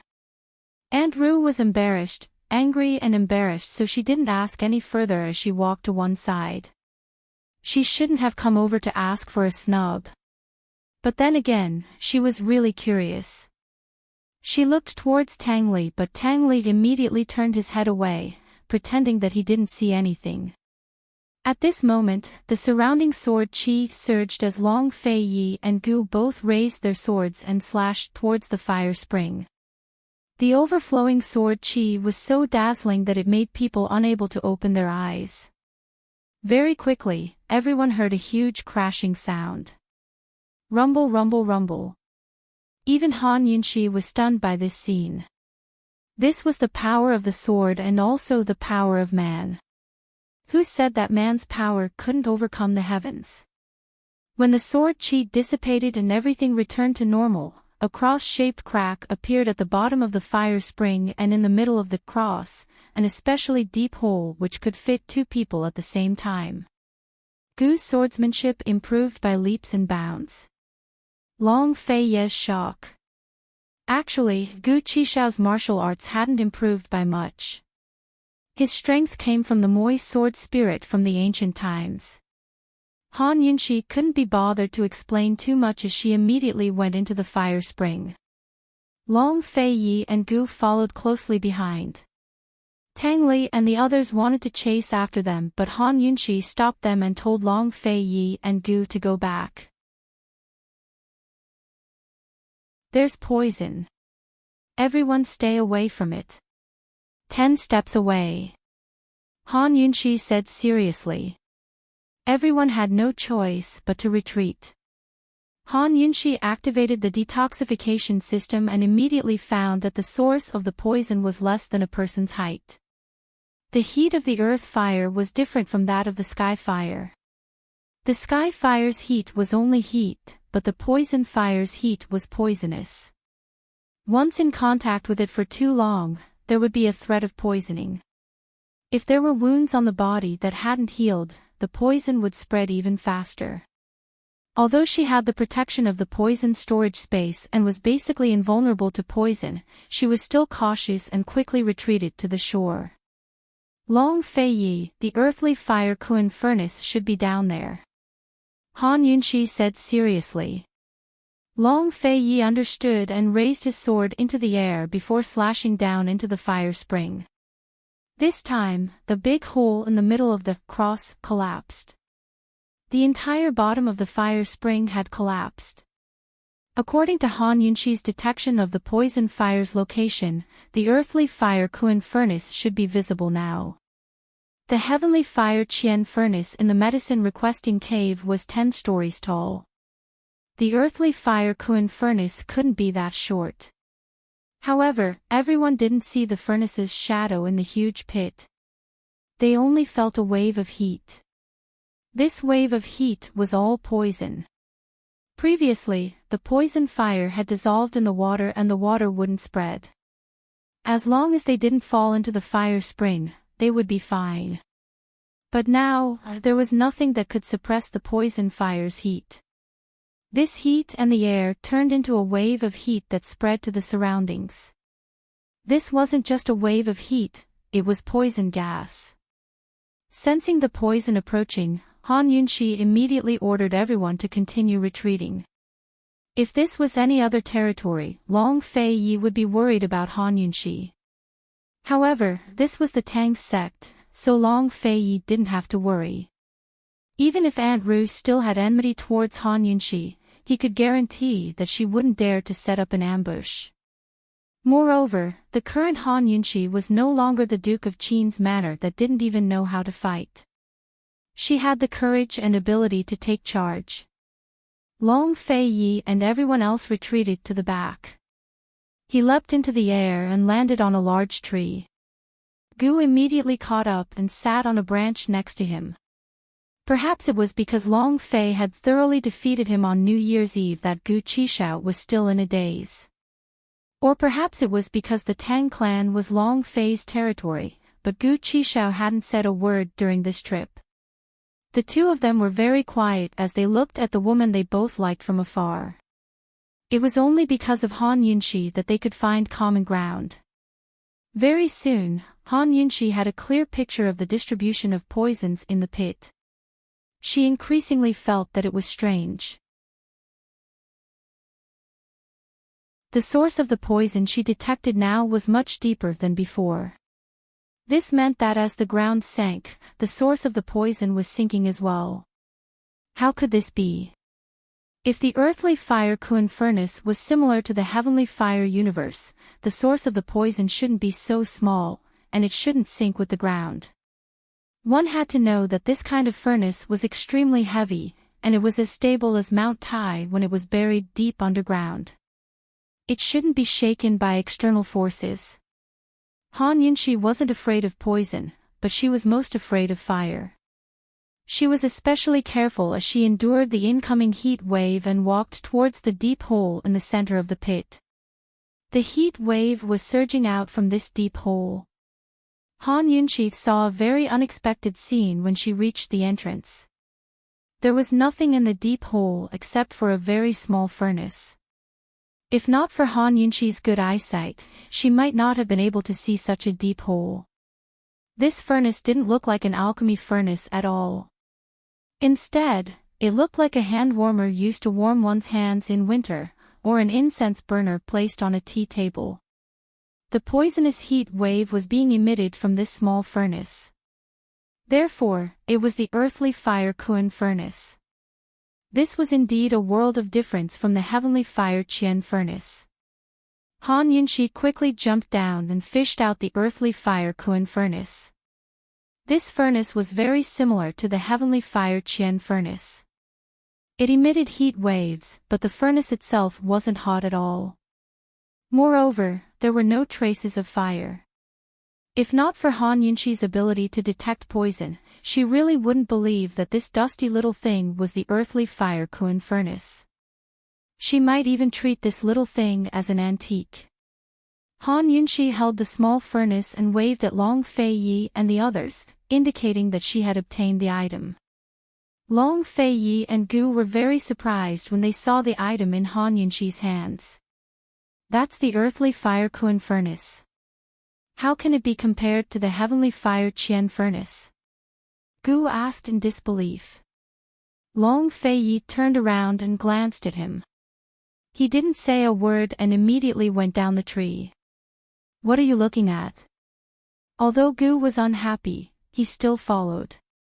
At this moment, Han Yunxi had already placed the earthly fire Kun furnace beside the ruins of the fire spring and walked towards Long Fei Yi and the others. This earthly fire Kun furnace was an item that emitted poisonous heat waves, so she had to stay away from everyone. It's really that thing? Long Fei Yi asked. It can't be wrong. That's the earthly fire Kun furnace. Han Yunshi was very sure. Then we'll have to ignite it. Long Fei Yi said seriously. What they wanted wasn't the furnace, but the poisonous earth fire, or it could be said that it was the will-o'-the-wisp. Han Yunshi nodded seriously. Without the will-o'-the-wisp, I can't be sure that it's the fire of 10,000 poisons. Poison lass, try the cultivation technique that old madman taught you. Heavenly fire and earthly fire must be connected. Gu said. Let's give it a try. Long Fei Yi agreed. Han Yunshi nodded and immediately turned back. She didn't know why, but she felt that things were going too smoothly, as if something was wrong. Han Yunshi walked to the side of the earthly fire Kuin furnace. Using the cultivation technique that old man of alchemy taught her, she wanted to use the heat emitted by the earthly fire Kuin furnace to transform her cultivation into fire. Long Fei Yi and Gu watched nervously, waiting for the earthly fire to be summoned. However, Han Yunshi tried for a long time, but there wasn't even a shadow of fire under her palm. Everyone finally felt uneasy, realizing that things weren't that simple. Han Yunshi tried for a long time again, but she still didn't succeed. She didn't believe in heresy, so she used the power of the phoenix to guide the fire. Who knew that the result would be the same? Looks like we're in trouble. Gu muttered to himself. Brother, did we find the wrong furnace? How can that small furnace be the earthly fire Kuin furnace? Tang Li asked. Long Fei Yi didn't say anything, looking at Han Yunshi. Aunt Ru watched from the side. She didn't understand these things, so she was also full of doubts. Han Yunshi finally gave up. She walked towards everyone with a helpless expression. Looks like we still have to find a way to guide the fire. Su Donglin, write a letter to the medicinal hut, Long Fei Yi immediately instructed. Presumably, no one in this world was more familiar with the earthly fire Kuin furnace than the old man of alchemy. A complicated look flashed past Gu's eyes. He seemed to want to say something, but in the end, he didn't say anything. This was the Tang sect's territory, so they naturally wouldn't lose anything. Moreover, the earthly fire Kuin furnace wasn't something that just anyone could get close to. Han Yunshi left the earthly fire Kuin furnace where it was and went back with everyone. The Tang sect and the medicinal hut weren't too far apart. Han Yunshi and the others received a letter from the old man of alchemy after a day and night. The contents of the letter gave everyone a shock. The old man of alchemy said that there's only one way to guide the earthly fire, and that is to use heavenly lightning. As soon as Long Fei Yi finished speaking, Aunt Ru laughed. There's really heavenly lightning guiding the earthly fire. Aunt Ru quickly became embarrassed because no one laughed. Han Yunshi asked seriously, what's heavenly lightning? She wasn't naive enough to think that heavenly lightning was thunder from the sky. Long Fei Yi looked down and answered, heavenly fire guiding spring thunder. It's spring now. It looks like we came at the right time. Then we have to bring the earthly fire Kuin furnace to the medicinal hut. Tang Li asked. No, that thing is poisonous. We can't bring it out of the forest, Han Yunshi said seriously. We can only ask Pil Elder to send the heavenly fire to the Tang sect. As soon as she finished speaking, Aunt Ru suddenly laughed. Princess.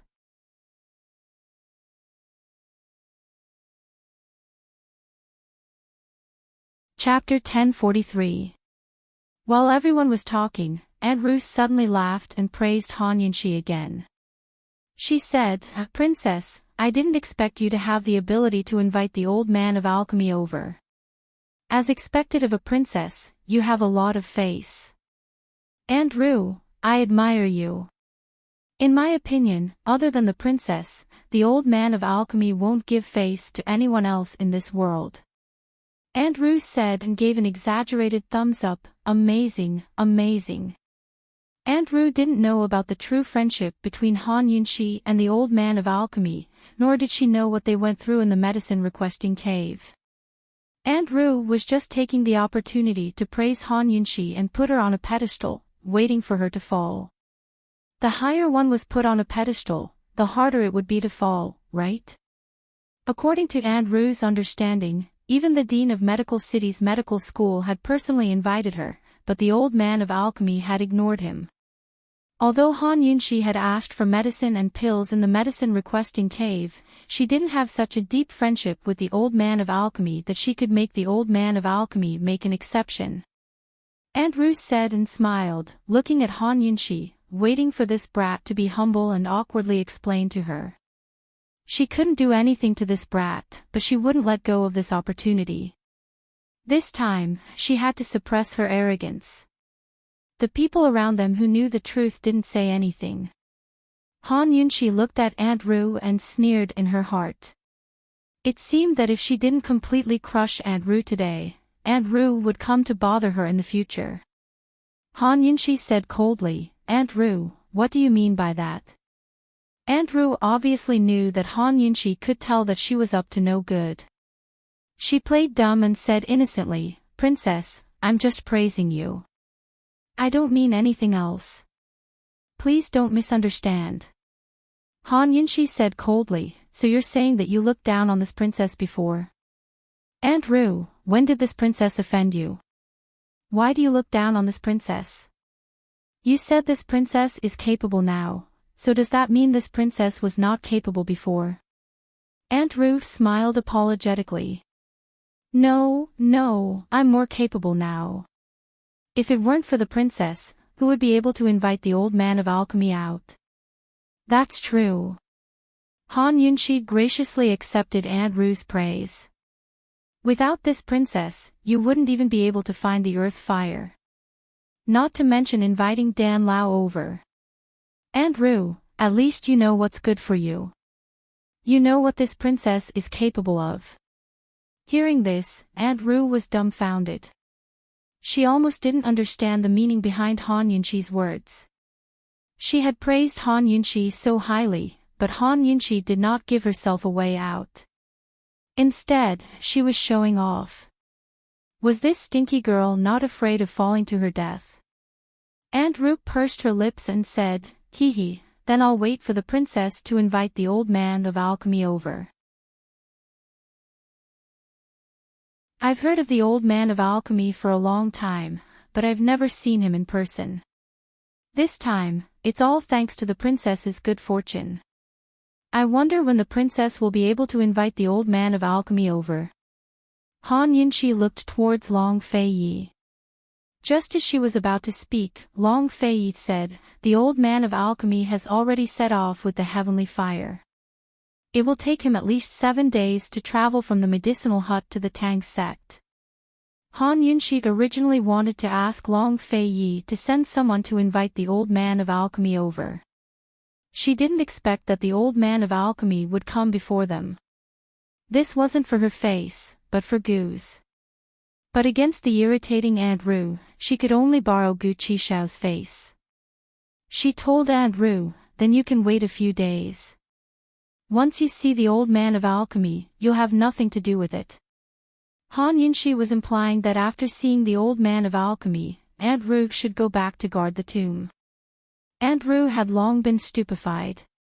She didn't expect Han Yunshi to have such skills. Just how did this stinky girl get on good terms with the old man of alchemy? How did she do it? She stared blankly at Han Yunshi and suddenly realized that the girl in front of her was no longer the same Han Yunshi who only knew poisons.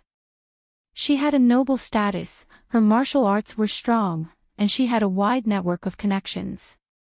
She no longer needed to hide under Fei's protection, but could stand on her own. In the past 2 years, Han Yunshi had grown so much. But what about her?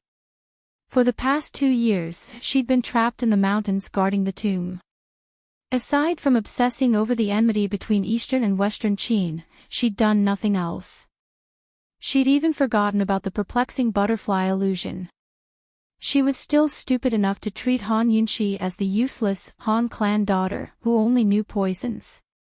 Aunt Ru finally realized how laughable and senseless she'd been. She also realized that she was lying to herself. No matter how unwilling she was, she had to face the truth. Han Yunxi was worthy of Fei. Fei had been right to choose Han Yunxi over Duan Muyao. Aunt Ru didn't say anything else.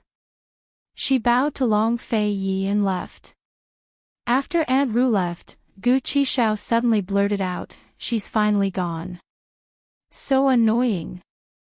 Tang Li felt a little awkward and pretended not to hear. Long Fei didn't say a word from start to finish. This was the Tang clan, where his imperial father and mother were buried. Aunt Ru had the status of an elder, so it wasn't appropriate for him to say too much. Moreover, Han Yunxi's words and actions didn't disappoint him, much less make him lose face. For the next few days, they didn't see Aunt Ru at all. 5 days later, the old man of alchemy arrived at the Tang clan, a few days earlier than expected. As soon as the old man of alchemy arrived, Gu disappeared. Long Fei Yi and Han Yunxi both knew what was going on and pretended not to know anything. The old man of alchemy dressed up before going out. He didn't look as unkempt and dirty as he did in the alchemy furnace. Han Yunxi didn't know if it was because of his dressing up, but she noticed that the old man of alchemy's complexion was much better than before. He was full of energy, as if he had become a few years younger. Although there had been a lot of unhappiness between them, the old man of alchemy had come today. No matter who it was, he had the intention to help them. Long Fei Yi bowed to the old man of alchemy. "Old Dan, you've had a long journey. It must have been hard on you." The old man of alchemy seemed to be in a good mood. He chuckled. It wasn't hard at all. It's rare for the old man to come out. Just treat it as a spring outing. Han Yunxi's attention was focused on the small furnace in the old man of alchemy's hand. It was a small and exquisite copper furnace. It was very similar to a hand warmer, but it was completely sealed. She couldn't see what was inside. The old man of alchemy held it with both hands. He was very careful.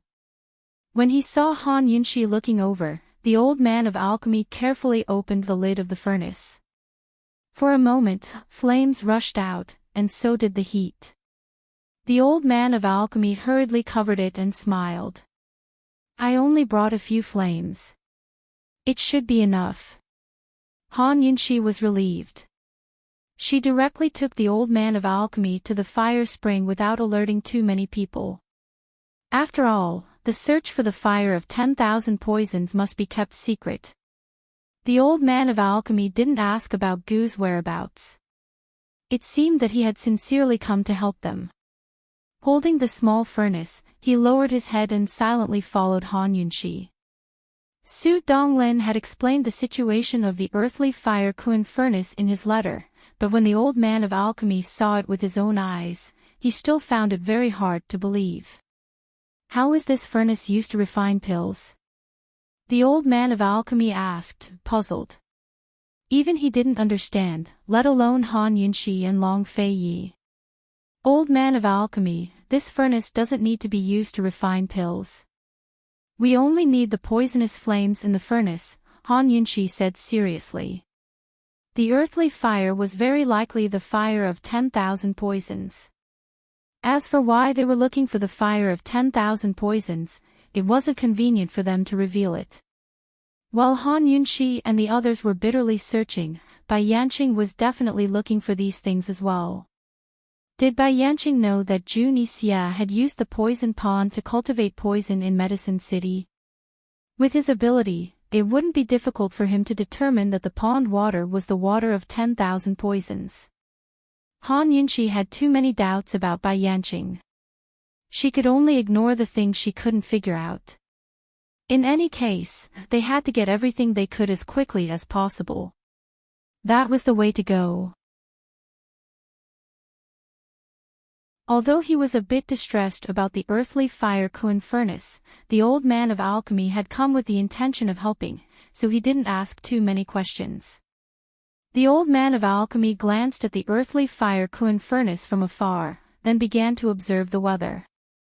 Spring thunder as a contract, heavenly fire to attract heavenly thunder, and heavenly thunder to attract earthly fire. He muttered to himself, "We need to wait for a thunderstorm." Su Donglin, set up camp nearby and stand guard, Long Fei Yi ordered. It was currently spring, and the Tang sect was located in the south. It wasn't difficult to wait for a thunderstorm. Old Pill Master, is this earthly fire as vigorous as heavenly fire? Han Yunxi asked, puzzled. She had always been puzzled. If earthly fire was as vigorous as heavenly fire, how was she going to merge it with the perplexing butterfly illusion? There wasn't much perplexing butterfly illusion left. She still had to leave it for the poison beast blood and poison insect blood. The old man of alchemy stroked his beard and helplessly shook his head. This old man has only heard of heavenly thunder attracting earthly fire. As for how vigorous this fire is, this old man has never seen it for himself. Han Yunxi furrowed her brows. If the earthly fire was as vigorous as heavenly fire, would she be able to use a small flame like the old man of alchemy? Su Donglin led his men to set up camp. The old man of alchemy and Han Yunxi settled down beside the fire spring and waited for the thunderstorm to arrive. They waited for 2 days. During these 2 days, the old man of alchemy and Han Yunxi discussed many issues regarding medicinal pills. For the first time, Han Yunxi discovered that the old man of alchemy was actually a very serious old man. He wasn't crazy at all. Long Fei Yi asked about Phoenix power in a roundabout way. Unfortunately, the old man of alchemy didn't know much, so Long Fei Yi didn't ask any more questions. That night, the air in the camp was especially stuffy. Everyone went outside to get some fresh air. Han Yunxi looked outside and discovered that there wasn't a single star in the sky. You couldn't see any stars at night. Either the moon was too bright, or there were dark clouds. Today is the 7th day of the 2nd lunar month, right? Han Yunxi asked. Yes. Tang Li immediately answered. In the past, he never knew the time, but in the past half a year, he remembered the date clearly. How could Han Yunxi not remember it, too? Gu Beiyue calculated that Ning Jing's due date was the 27th day of the 2nd lunar month. There were still 20 days left. In other words, Ning Jing could give birth to the child at any time during this period of time. What was the situation at Tiger's prison now?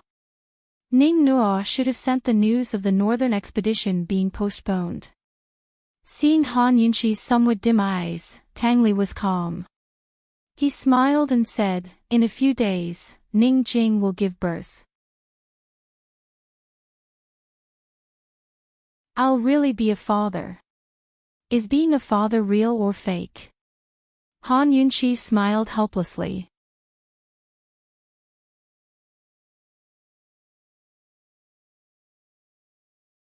Chapter 1044. If he wanted to be a father, then so be it. Was there any difference between real and fake? Tang Li scratched the back of his head. He didn't know how to answer. The old man of alchemy didn't know what was going on.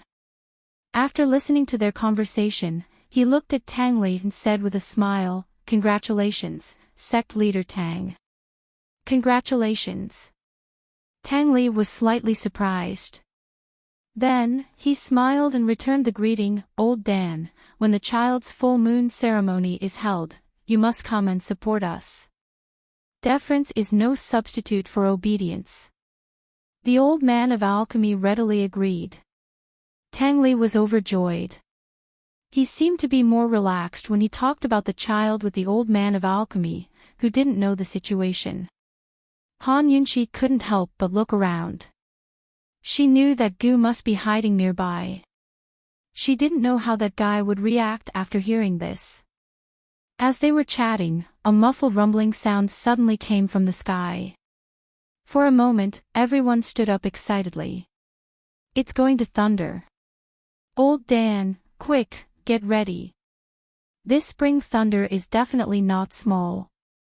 In just a few sentences, the rumbling sound of thunder became louder. It was as if countless thunder chariots were rolling over the clouds.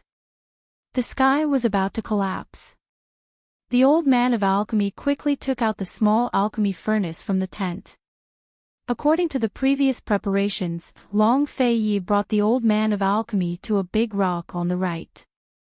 All the obstacles between this big rock and the earthly fire Kun furnace, whether it was trees, flowers, or stones, were all removed. The old man of alchemy stood there and could see the earthly fire Kun furnace clearly. On the other side of the ruins of the fire spring, a tall stone pillar had been built. The earthly fire Kun furnace was placed on top of that stone pillar. In fact, this method was very dangerous. Because copper was conductive, there were a large number of freely moving electric ions. If it was placed so high in such an open space, it would be extremely easy to attract lightning strikes, and lightning strikes could easily cause fires. Obviously, the earthly fire Kun furnace and the heavenly thunder that the old man of alchemy mentioned were things that Han Yunshi could not explain. She could only follow the old man of alchemy's actions. Han Yunshi was a little far from the stone pillar. She had to take care of her own safety.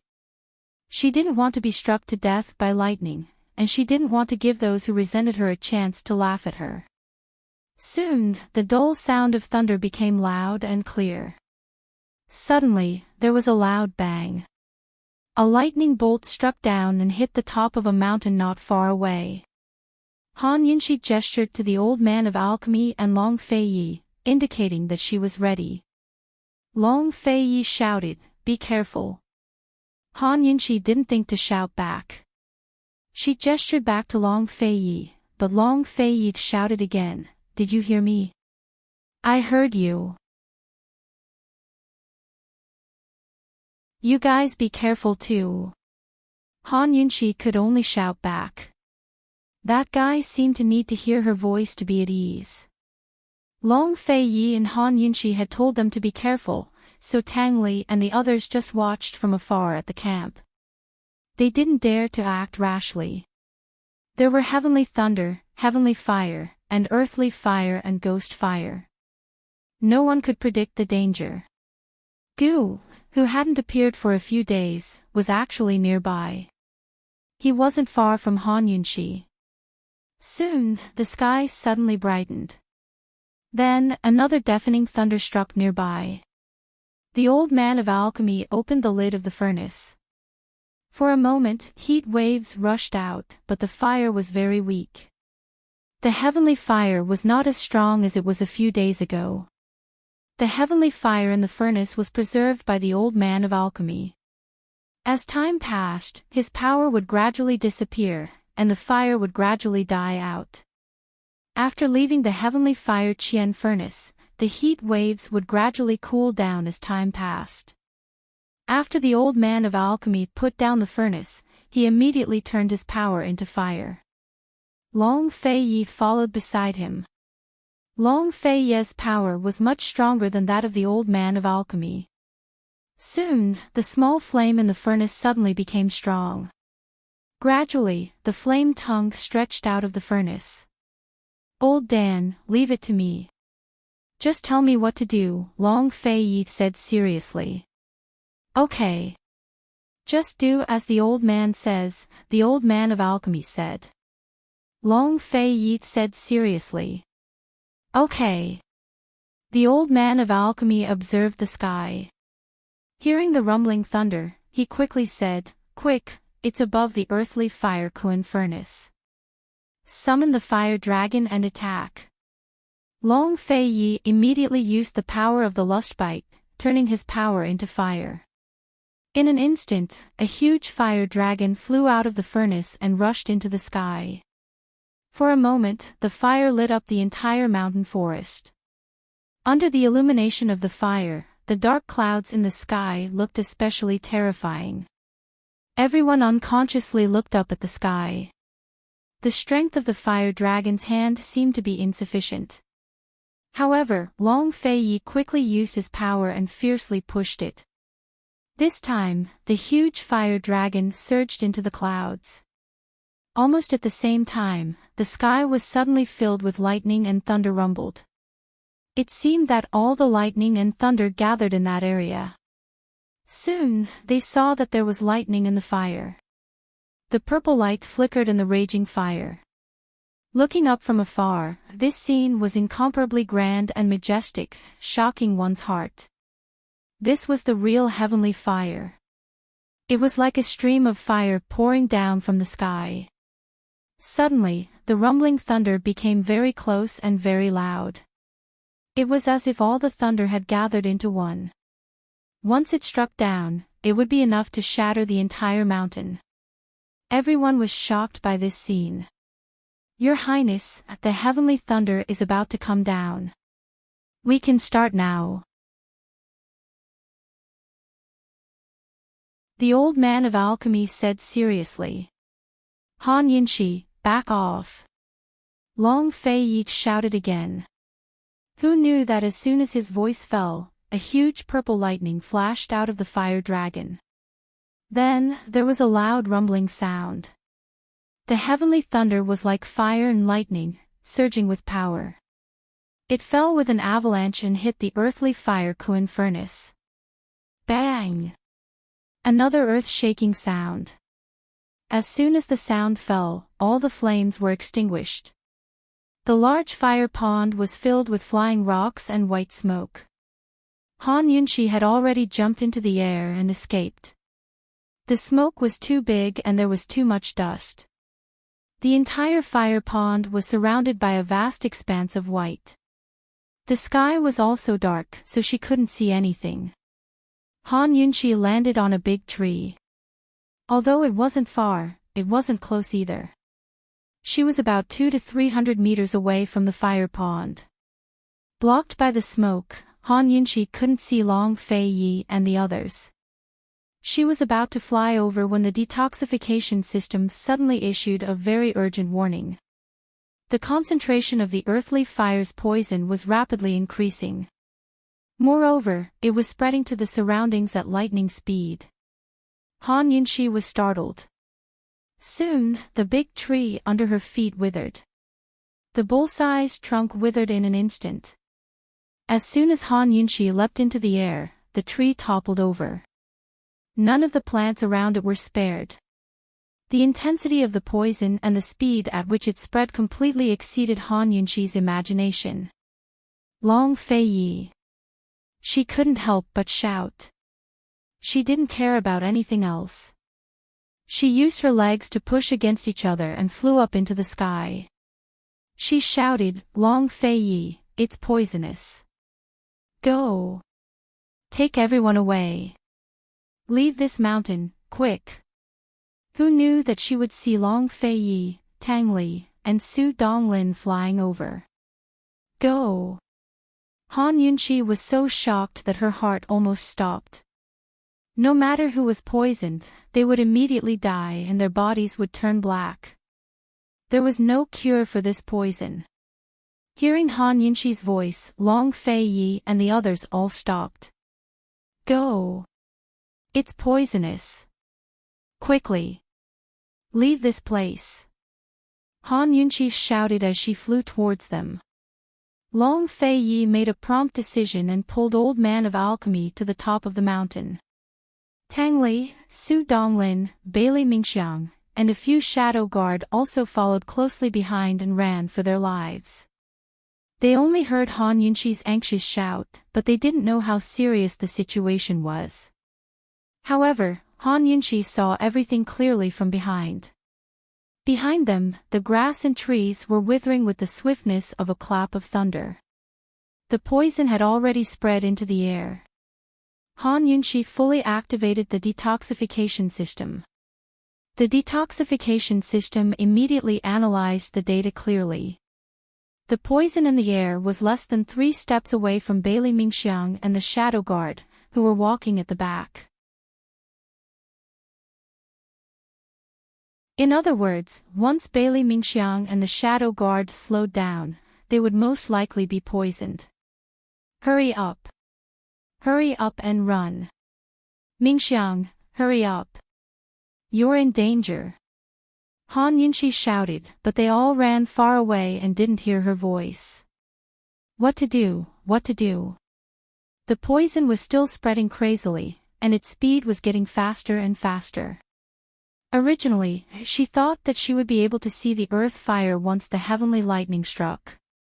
Who knew that she wouldn't be able to see the earth fire until now? Instead, she encountered such a poison disaster.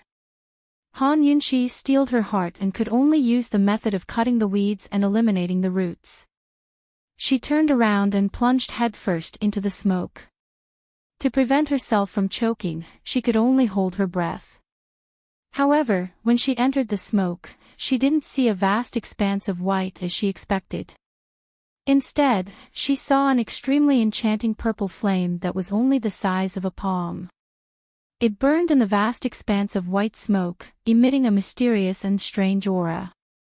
This flame was highly toxic.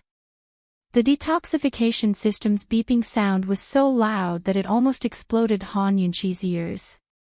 She decisively turned off the detoxification system and flew over without hesitation. Who knew that she would crash heavily into a stone pillar with a bang? Only then did Han Yunxi remember that she had placed the earthly fire Kuin furnace high up on the stone pillar. She ignored the pain on the bridge of her nose and hurriedly flew up the stone pillar. When she got closer, she could clearly see that this flame was emitted from the earthly fire Kuin furnace. The earthly fire Kuin furnace had been ignited. Han Yunxi was worried about Long Fei Yi and the rest.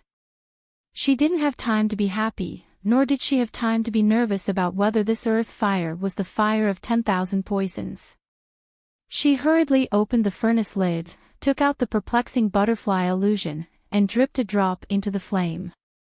Suddenly, the fire was extinguished. It was extinguished in an instant and disappeared. In the middle of the furnace, there was a fiery red tear-shaped object lying quietly. Its appearance was exactly the same as the poisonous teardrop that Han Yunxi had obtained previously. That's right. The earth fire was the fire of 10,000 poisons. Han Yunxi had obtained the 7th poisonous teardrop. Han Yunxi, who was so nervous that she was covered in sweat, finally relaxed. But the moment she relaxed, she inhaled the smoke and coughed violently. She hurriedly stored the poisonous teardrop into her poison storage space and activated the detoxification system. Only after confirming that the earthly fire Kuin furnace was no longer poisonous did she leave with peace of mind. Han Yunxi hurriedly escaped from the smoke and didn't notice that Gu had followed behind her and escaped from the side. She hurriedly went to find Long Fei Yi and the rest. She looked around in a big circle, only to see that the surroundings were like a battlefield after a war. Everything was in ruins, but she didn't see the figures of Long Fei Yi and the rest. Where are they? Han Yunxi's heart was in her mouth. She hurriedly went to the top of the mountain to look for them.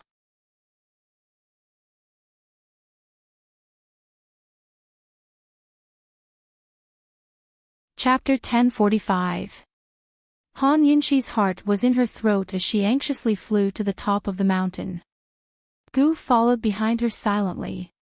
When Han Yunxi reached the top of the mountain, she saw Long Fei Yi and the others standing on the edge of the cliff not far away, staring at the white fog in the valley. Seeing that they were all fine, Han Yunxi finally breathed a sigh of relief, and her hanging heart finally settled down.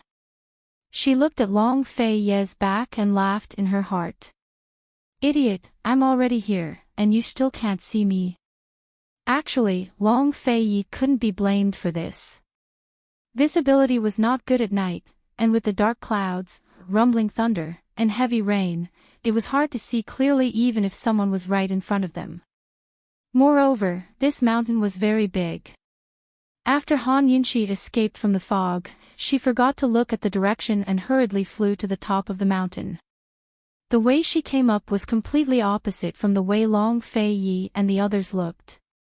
It was no wonder that Long Fei Yi and the others couldn't see her. When Han Yunxi was looking at Long Fei Yi, Gu was looking at Han Yunxi. He chased after her all the way and was currently invisible. He whispered dotingly, "Idiot, I'm here too, and you still don't know." Han Yunxi was about to call out to Long Fei Yi, but she suddenly stopped. A sly look flashed past her eyes, and she quietly walked towards him. Perhaps the wind and thunder were too loud, or perhaps Long Fei Yi was too focused on the white fog in the valley. He didn't notice that someone was approaching him from behind, and Tang Li and the others didn't notice either. As for the shadow guard, who was invisible around them, anyone could see that the princess did it on purpose. Who would ruin her plans? Just like that, Han Yunxi quietly walked to Long Fei Yi's back step by step. "Brother, what should we do? It's been so long, why hasn't sister-in-law come up yet?" Tang Li was anxious. "Has the poison dissipated?" Old Man of Alchemy was also worried. "Your Highness, why don't we send the poison guards down to look for her?" Bailey Mingxiang also spoke up. Long Fei Yi didn't answer anyone. He wished he could go down to look for her himself, but he could only wait. The poison of the earth fire was incurable. Once it was touched, one would immediately die and their body would turn black. Sometimes, he would rather Han Yunxi didn't know martial arts. If she didn't know martial arts, she wouldn't take risks. Seeing that Long Fei didn't reply, no one dared to say more. They kept staring at the white mist. In the silence, Long Fei Yi slowly fists. But Han Yunxi suddenly reached out from behind and hugged him by the waist. But Long's, SSSS, S's, and SSS.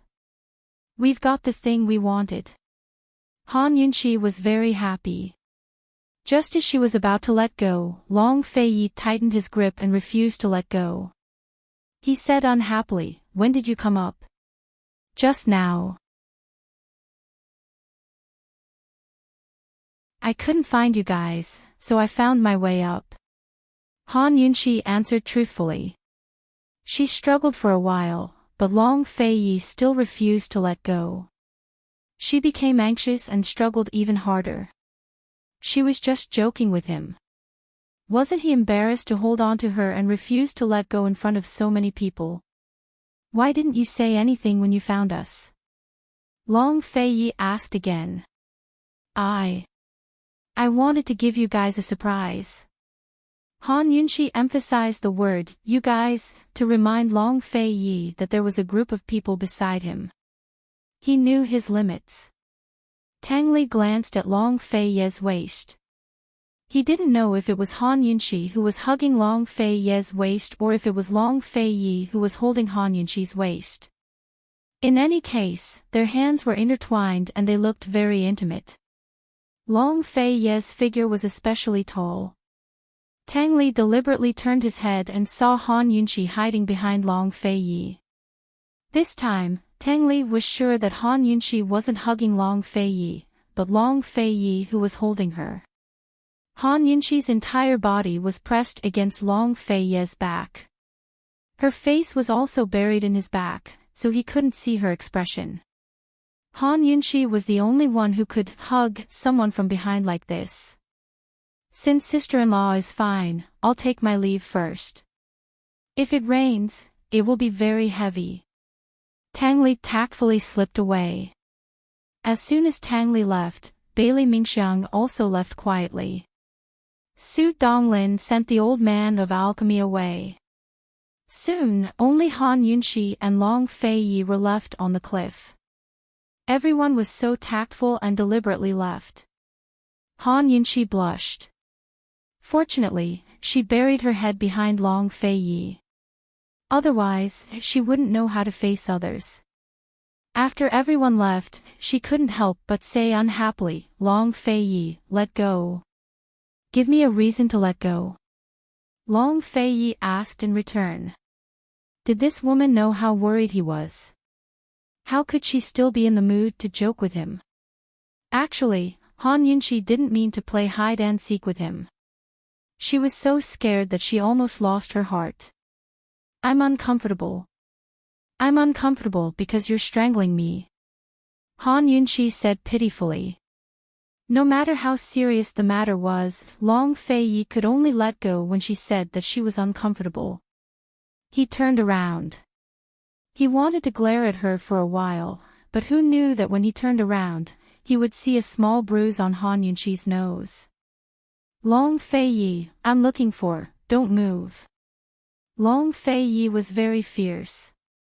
He lifted her chin and looked at her nose seriously. Cold, he asked, how did you get hurt? Han Yunxi then remembered the pain on her nose. She smiled and said, I couldn't see my way in the smoke and accidentally bumped into a stone pillar. It's just a small injury. It's fine. Long Fei Yi pressed on it carefully and asked, does it hurt? It doesn't hurt. It's fine. Han Yunxi was still smiling. But soon enough, Long Fei made it impossible for her to smile as he pressed down hard. Ah! It hurts. Be gentler. Han Yunxi shouted. Get a doctor. Long Fei Ye's face was frighteningly cold as he pulled her away. Han Yunxi stopped him. It'll be fine after it hurts for a while. I can apply the medicine myself. Long Fei Yi didn't listen to her. After going down the mountain to find a doctor, he would probably have to write a letter to Gu Beiyue and ask Gu Beiyue to prescribe medicine. If Gu Beiyue knew that he was using a sledgehammer to crack a nut, who knew how he would feel? Soon, Han Yunxi's words made Long Fei Yi stop abruptly. She said very seriously, Long Fei Yi, can you wait for a while? Let me hug you properly. I couldn't find you just now. Before Han Yunxi could finish her words, Long Fei Yi pulled her into a tight embrace. She wasn't the only one who panicked when she couldn't find him. He wanted to hug her even more. Tighter, okay? Han Yunxi asked softly. Long Fei Yi didn't speak, but hugged her even tighter. Still, Han Yunxi wasn't satisfied. Her voice was very soft, as if she was pleading with him. Fei, it's not enough. Hold me tighter.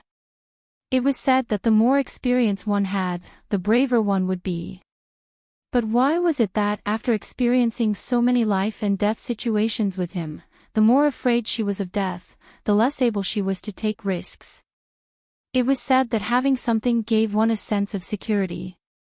But why was it that the more she had, the more she couldn't bear to lose it? Sometimes she wanted to keep her distance from him, but when they were truly apart, her heart would fluster.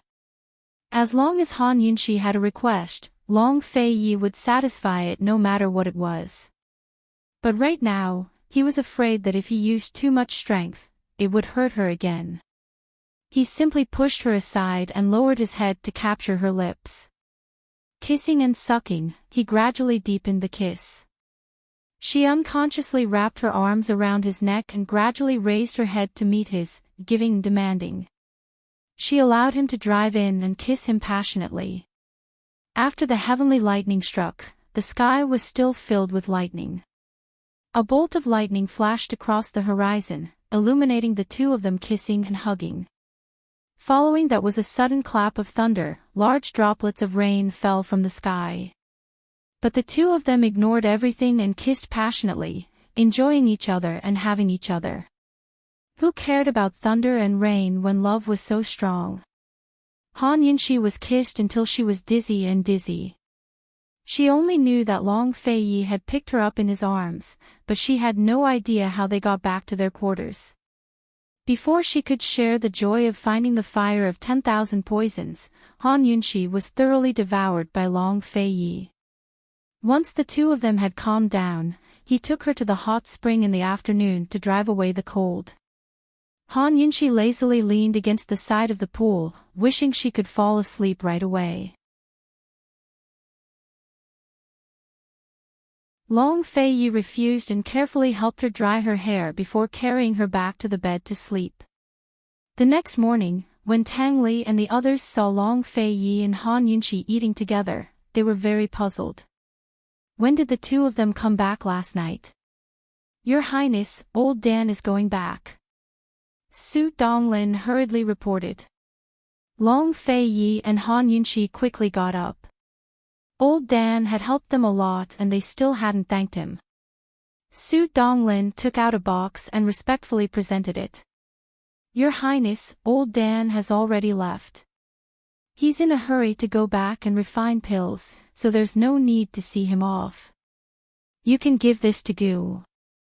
Long Fei Yi took the box and wanted to open it, but he hesitated and didn't move. He didn't ask where Gu was and just carried it with him. He said, I'll go to the Poison Lands and find the earthly fire Kuan furnace. Give it to old Dan as a thank you gift. Although the earthly fire Kuan furnace didn't have earthly fire, the furnace's material wasn't ordinary. It was much better than the other furnaces in old Dan's hands. Tang Li couldn't be bothered to pay attention to Gu's matters. He anxiously asked, Sister-in-law, can you let me take a look at the fire of 10,000 poisons? Han Yunxi took out the poisonous teardrop formed by the fire of 10,000 poisons. Everyone looked at it, but they couldn't figure out what it was. Sister-in-law, how do you use these poisonous teardrops? Tang Li still didn't understand. If the perplexing butterfly illusion and this guiding herb were the antidote to the poison Gu man, could it be that Bai Yanqing had to eat all the poisonous teardrops? That wasn't realistic. Han Yunxi was also at a loss. She tried to mix all the poisonous teardrops together, but found that they weren't compatible. Before she obtained the last 2 poisonous teardrops, she didn't dare to try anything else. Han Yunxi carefully put away the fire of 10,000 poisons. Tang Li said, Brother, sister-in-law, you have to hurry. It was already the 8th day of the 2nd lunar month. The snow on Heaven Mountain had already begun to melt. They could go up Heaven Mountain in less than a month. During this time, Tang Li had been silently calculating that it was time for him to return to the 3-way black market. Ning Jing's due date was very close. Even if he couldn't stay by her side, he could at least be closer to her. Han Yunxi naturally understood Tang Li's anxiousness. And, we're leaving for Heaven Mountain today. You should hurry back too. Don't worry, we'll be back as soon as possible. Wait for our good news. Han Yunxi really hoped that she could give him more strength. Tang Li nodded seriously. I already told my parents last night that I'll be leaving soon. Long Fei Yi didn't say anything. He placed his large hand on Tang Li's shoulder and patted it before letting go. Wait for us to return. Definitely. Tang Li was especially firm.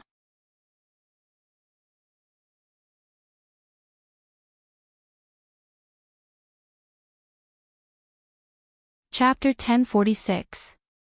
After sending off Tang Li, Long Fei Yi and Han Yunxi set off. Logically speaking, they should be halfway to Sky Mountain by now. They would be able to reach Sky Mountain in half a month. However, their unexpected trip to the Tang sect had delayed them quite a bit. Their journey to Sky Mountain was delayed by half a month. The journey from the Tang sect to Sky Mountain usually took a month. It would be the beginning of March in a month.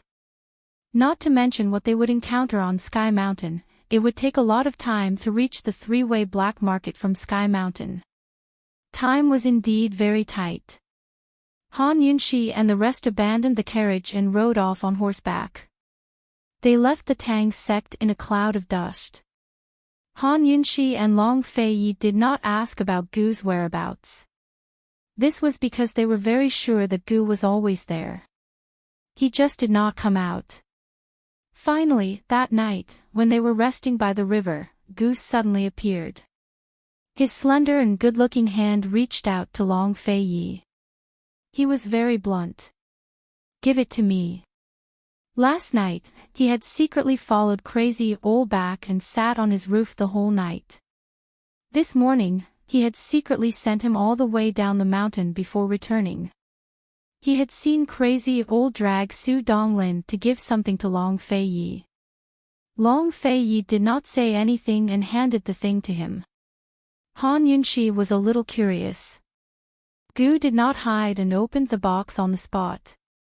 He saw a copper coin lying quietly in the box, tied with a red string.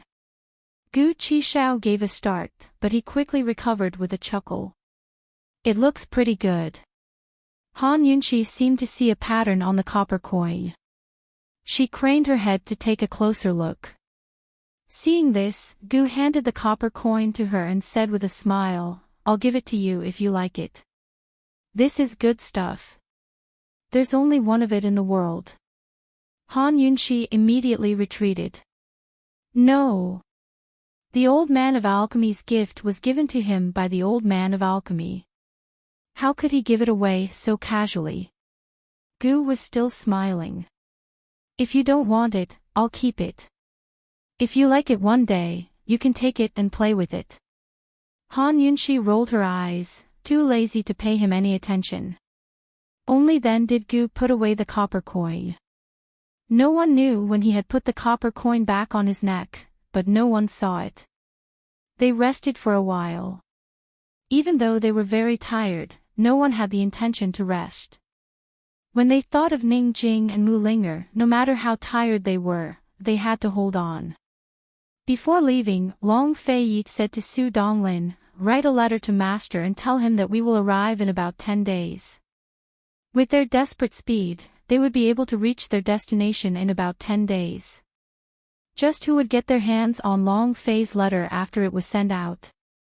At this moment, they were rushing towards Heaven Mountain as if their lives depended on it.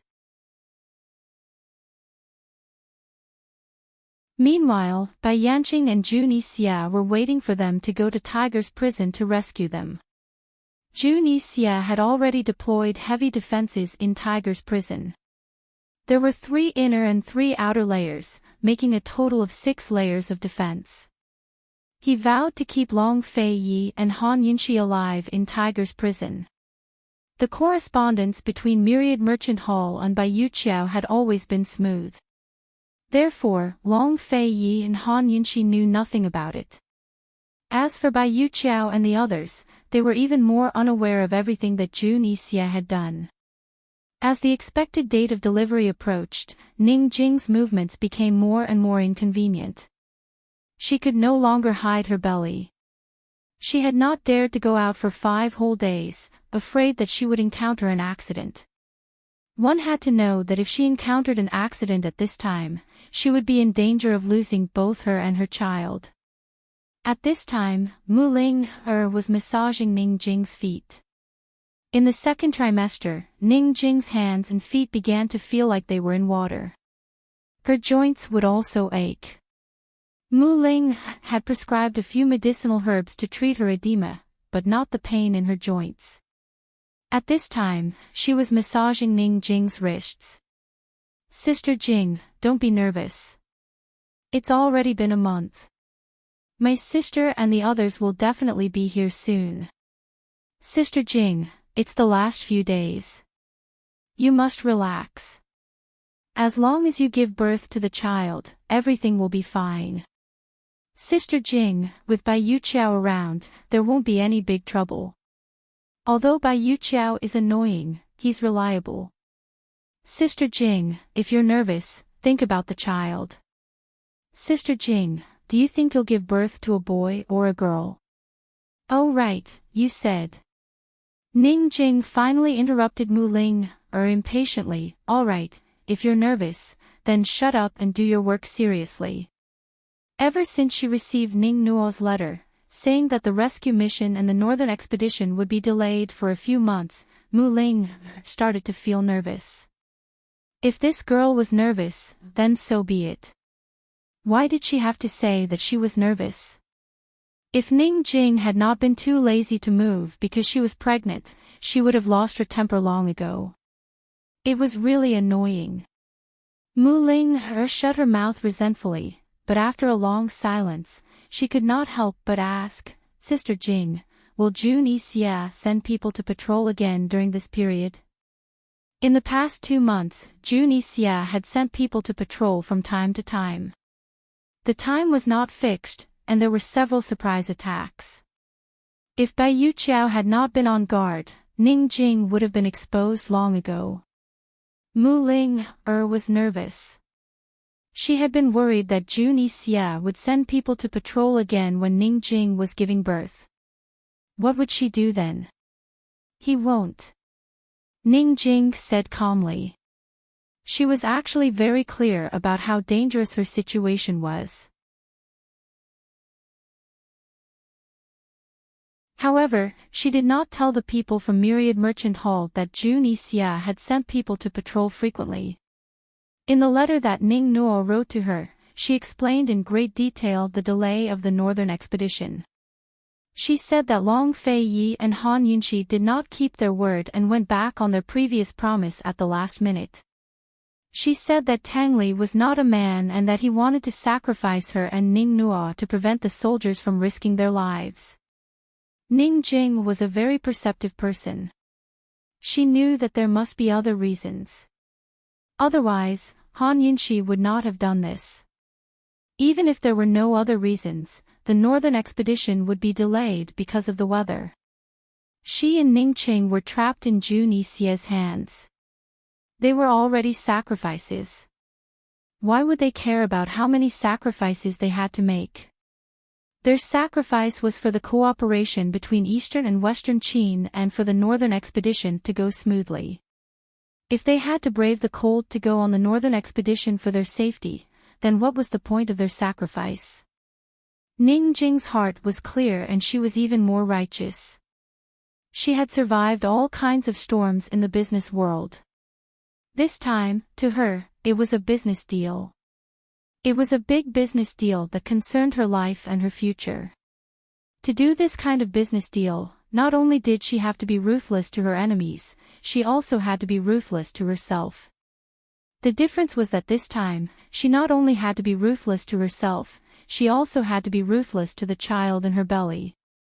Apart from being clear and awe-inspiring, Ning Jing was also flustered and afraid.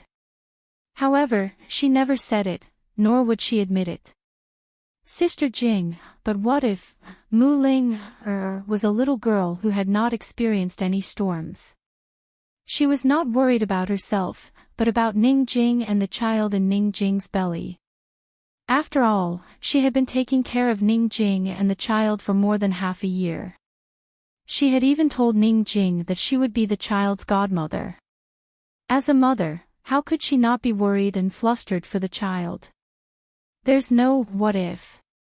Shut your mouth, Ning Jing said coldly. At this moment, there was a rhythmic knock on the door. Ning Jing and Mu Ling immediately knew that it was Bai Yuqiao. Mu Ling quickly went to open the door. It was indeed Bai Yuqiao. She had brought some medicinal herbs with her. A few days ago, Mu Ling had prescribed some medicine that could induce labor.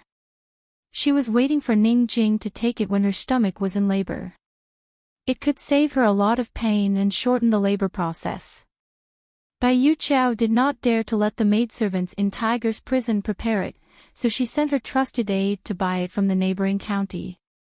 Miss Bai, is there any news from the battlefield? Ning Jing was actually asking about Ning Qing. The last battle ended a few days ago. The Northern Dynasty's emperors were defeated. The two armies stopped fighting and are in a stalemate. We can't find any news about Ning Qing. Recently, June Xia has been staying in the army. My people don't dare to act rashly, Bai Yuqiao answered honestly. It had been a month since she sent a message to Ningqing that the northern expedition had been delayed. Ningjing, your matter is more important. Don't worry about your brother. Bai Yuqiao said seriously, my senior brother sent 2 midwives over. Bai Yuqiao did not finish her sentence, but Ningjing immediately understood.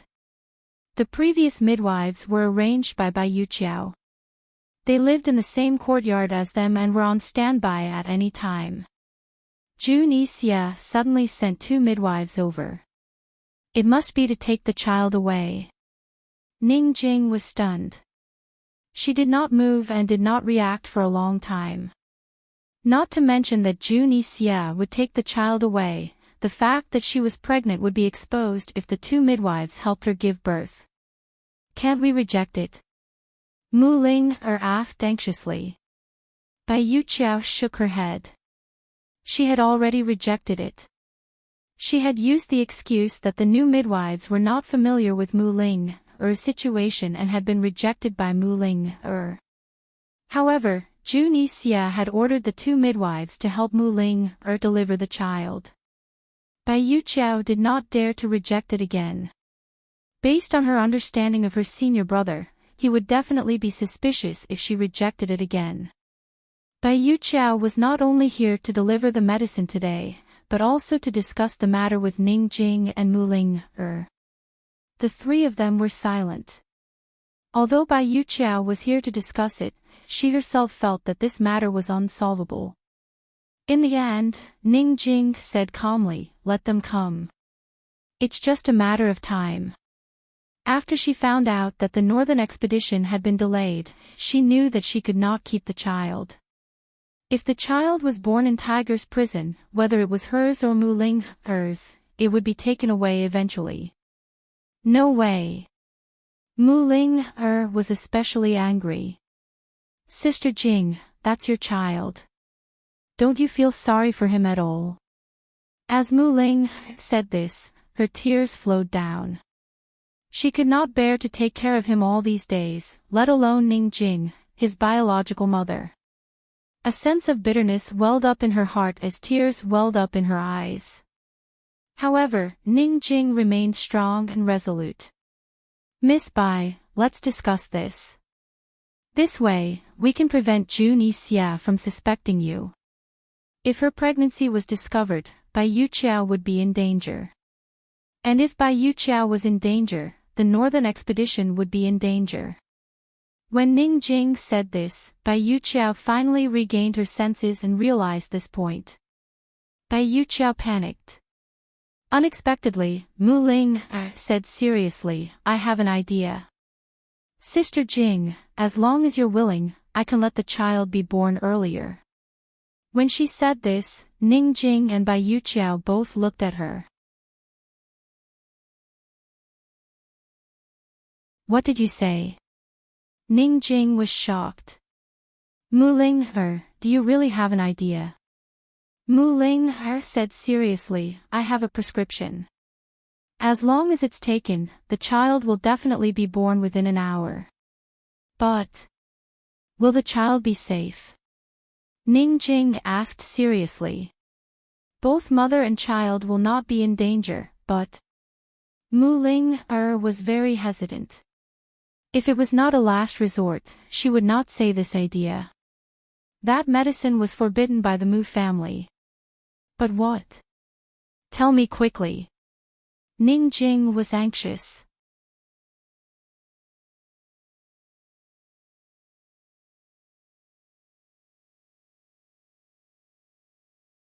Chapter 1047.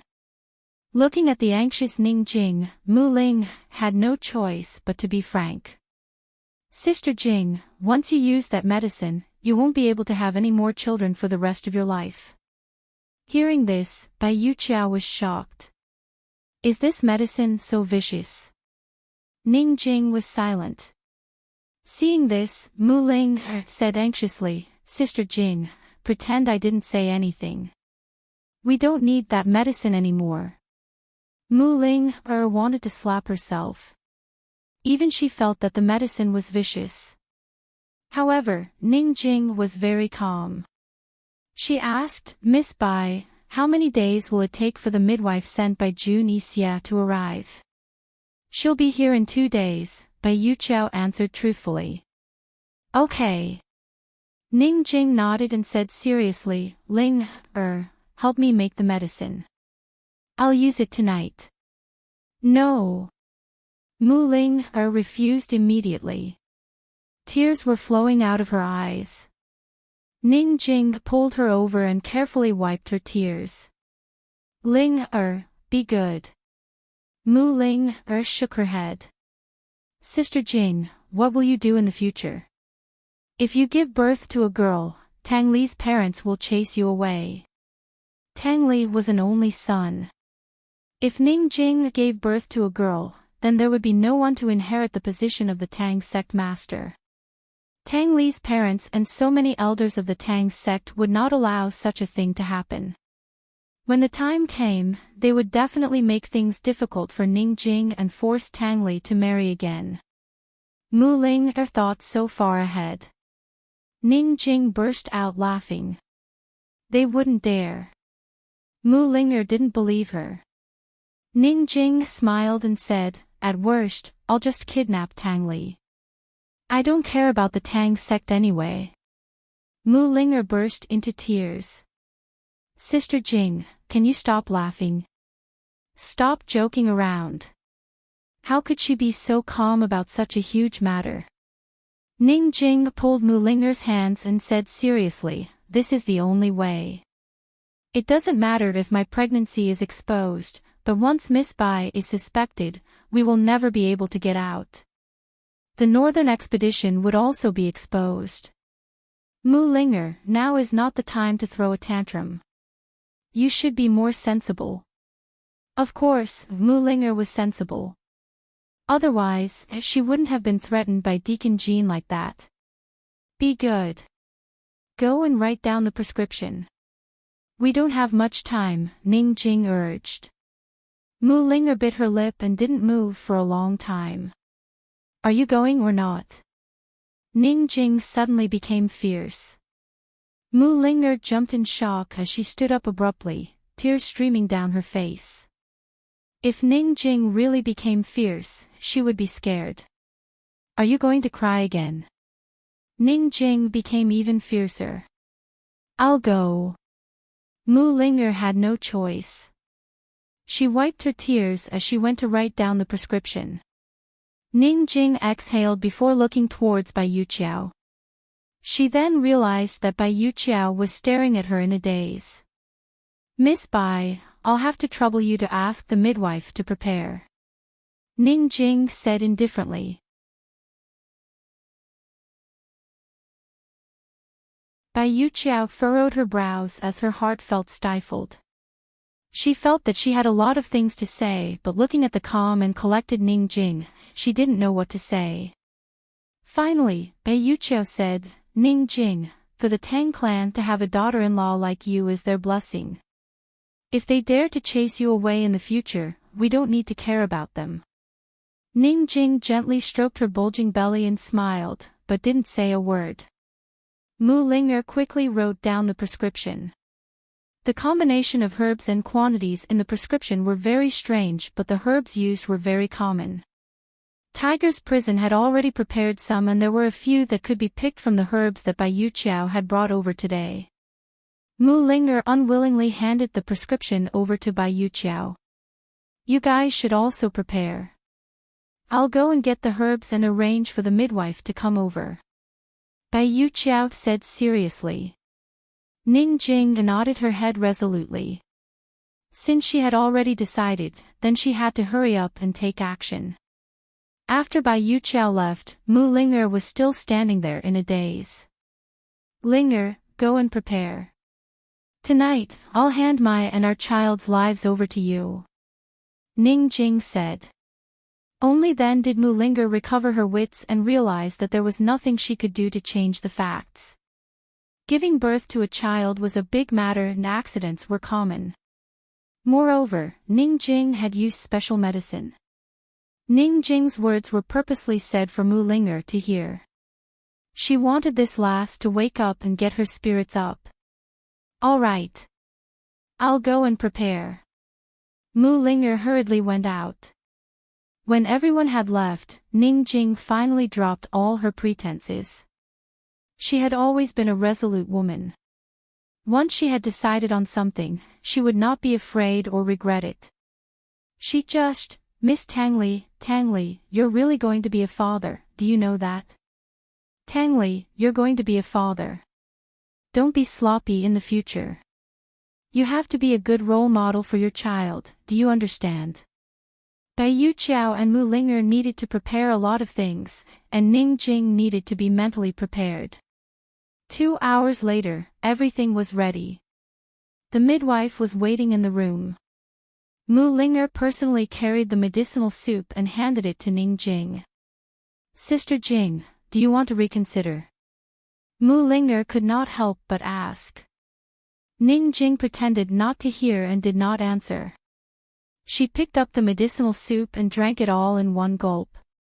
This time, Mu Linger immediately tensed up. Even Bai Yuqiao was nervous. The room was silent. It was as if they could hear the sound of time's footsteps. After taking the medicine, Ning Jing's stomach would move in an hour. Now, all they had to do was wait. An hour was not a long time, but for the three women, it was like torture. Mu Linger and Bai Yuqiao did not dare to look away from Ning Jing. Ning Jing lowered her head and did not move. Her nerves were stretched taut. It would be a lie to say that she was not nervous. You can't. Miss Jing, you have to get up and walk around. Exercise a little so that you can give birth better later, the midwife could not help but say. Only then did Mu Linger remember this.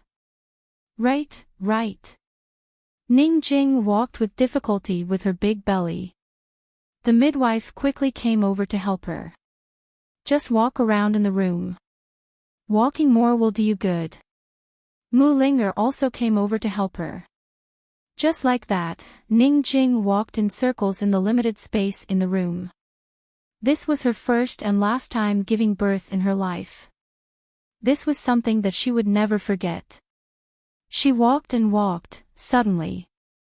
Ning Jing stopped in her tracks and exclaimed, "It hurts. It's starting to hurt." The faint pain was very familiar. It had happened twice before. The midwife had said that it was an illusion. Then, this time, it was real. Everyone became nervous. Bai Yuqiao did not know what to do and asked anxiously, "Do you want to lie down quickly?" "Go. Keep walking. Walk more, and you'll feel better later," the midwife said seriously. The three of them had never given birth before. Even though Mu Linger had some medical knowledge, what she read in medical books was not the same as what she saw in reality. Moreover, childbirth varied from person to person. At this point, they all had to listen to the midwife. Gradually, Ning Jing's pain became more frequent and more intense. She couldn't walk anymore. "Hang in there, Miss Jing. Listen to me. If you suffer a little now, you'll suffer less later. Walk more, and the child will come out faster. You'll also suffer less. Otherwise, the first child won't come out so soon. Hang in there, walk a few more rounds." The midwife persuaded and encouraged her. Ning Jing was also brave. She gritted her teeth and persevered. There were 10 levels of pain. Severe burns and lumbar disc herniation were level 8 to 9. The 10th level was the pain of childbirth. One could only imagine how painful it was. However, this was not the most painful moment. Suddenly, Ning Jing stopped abruptly. She looked down and felt a warm current flowing down her thigh. Ning Jing was completely flustered and did not know what to do. Bai Yuqiao and Mu Linger looked at each other nervously. Fortunately, Bai Yuqiao's midwife was very reliable. She did not make a fuss and said calmly, "Your water has broken. Hurry up and lie on the bed. You're about to give birth." The midwife and Mu Ling'er quickly helped Ning Jing out of the door and into the small room next door. Bai Yuqiao helped open the door. The small room next door was specially prepared by Bai Yuqiao under the midwife's guidance. Different family conditions meant different conditions for the mother to give birth. Although the small delivery room at Tiger's prison was not as well prepared as Tang Li's at the Tang sect, it was still Bai Yuqiao's goodwill. The entire room was very clean.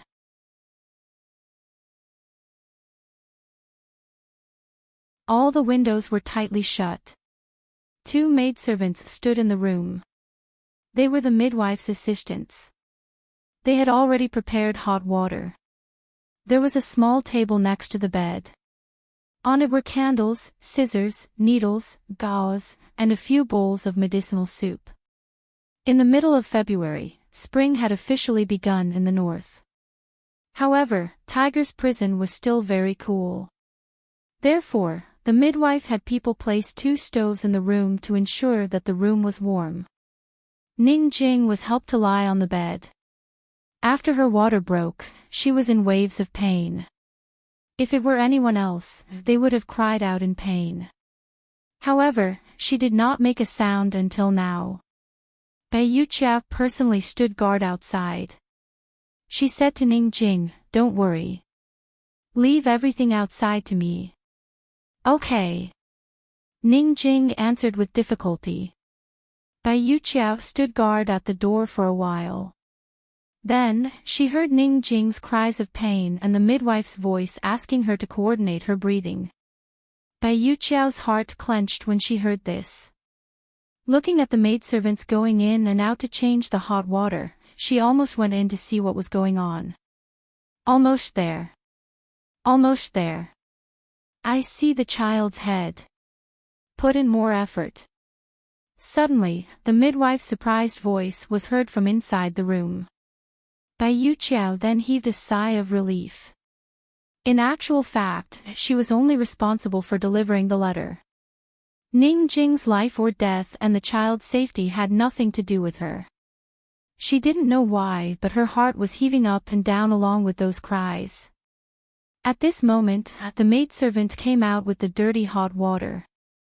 Bai Yuqiao hurriedly got up and was about to ask about the situation in the room when who knew that an attendant hurriedly ran over, "Young Miss Bai, bad news, bad news." Bai Yuqiao was stunned as she didn't dare to imagine what kind of bad news the attendant would bring over at this moment. One must know that unless it was an extremely urgent matter, the attendant was not allowed to come here. Bai Yuqiao was in a daze and didn't dare to ask. It was as if she didn't ask, there wouldn't be any bad news. Unfortunately, the attendant said anxiously, "Young Miss Bai, Duke Kong has sent people to patrol again and they even brought 2 midwives. They should be in the front courtyard now." Bai Yuqiao was so shocked that her heart almost stopped beating. What should she do? The maidservant panicked and the big basin of blood fell onto the ground, spilling all over the floor.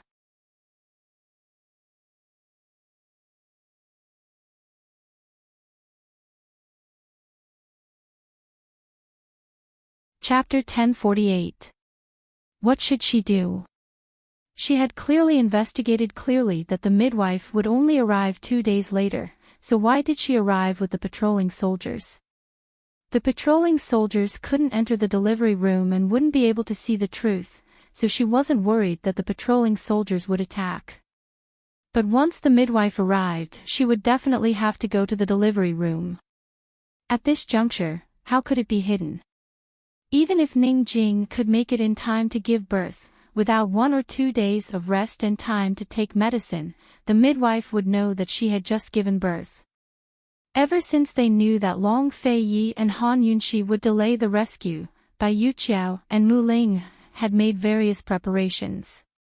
No matter how well Ning Jing hid her big belly, after pregnancy, especially in the later stages, her physique and skin would change. These changes could be hidden from men, but it couldn't be hidden from experienced women, especially midwives. So half a month ago, Mu Ling had already concocted a miraculous medicine for Ning Jing to take after giving birth, which could eliminate some of the physical reactions after pregnancy. Bai Yuqiao had been rejoicing that with Mu Ling, this pharmaceutical genius, everything would go smoothly, but who knew that something would happen at this juncture? Bai Yuqiao panicked. "Miss Bai, quickly think of a way, otherwise, we'll lose our lives first," the attendant said anxiously. Bai Yuqiao's face turned pale and she didn't make a sound for a long time. At this moment, Mu Ling, who had heard the commotion outside, opened the door and was about to ask what was going on. Bai Yuqiao didn't even think as she rushed over and pushed her into the room, saying coldly, "The midwife sent by Dreamy has arrived, don't tell Ning Jing. Also, you must stay in the room and don't come out. Remember, no matter what happens, don't come out." Mu Ling, was stunned as she stood inside the room, watching Ning Jing fiercely slam the door, but she didn't react. By the time she reacted, there was no more movement outside the door. She hurriedly turned back to look at the bed and saw Ning Jing biting on a towel with a pained expression. She was cooperating with the midwife's request and exerting force. What to do? What to do? What to do? Mu Linger was trembling. Other than standing in place, there was nothing she could do to help. At this moment, someone knocked on the door. Mu Linger was shocked. She was about to open her mouth when she suddenly stopped, not daring to make a sound. What if it was Jun Yixie's men knocking on the door? She couldn't make a sound. She was giving birth now. Fortunately, a maid's voice came from outside the door. "Open the door quickly. Miss Bai asked me to bring in some hot water and some clothes." Only then did Mu Linger dare to open the door.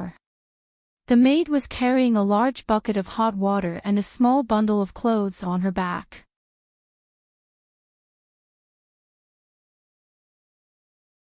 Mu Linger hurried to help. She made a prompt decision and hid behind the screen to change her clothes. Later, when Ning Jing gave birth to the child, she would immediately lie on the bed and pretend that she had just given birth. After changing her clothes, Mu Linger suddenly thought of something.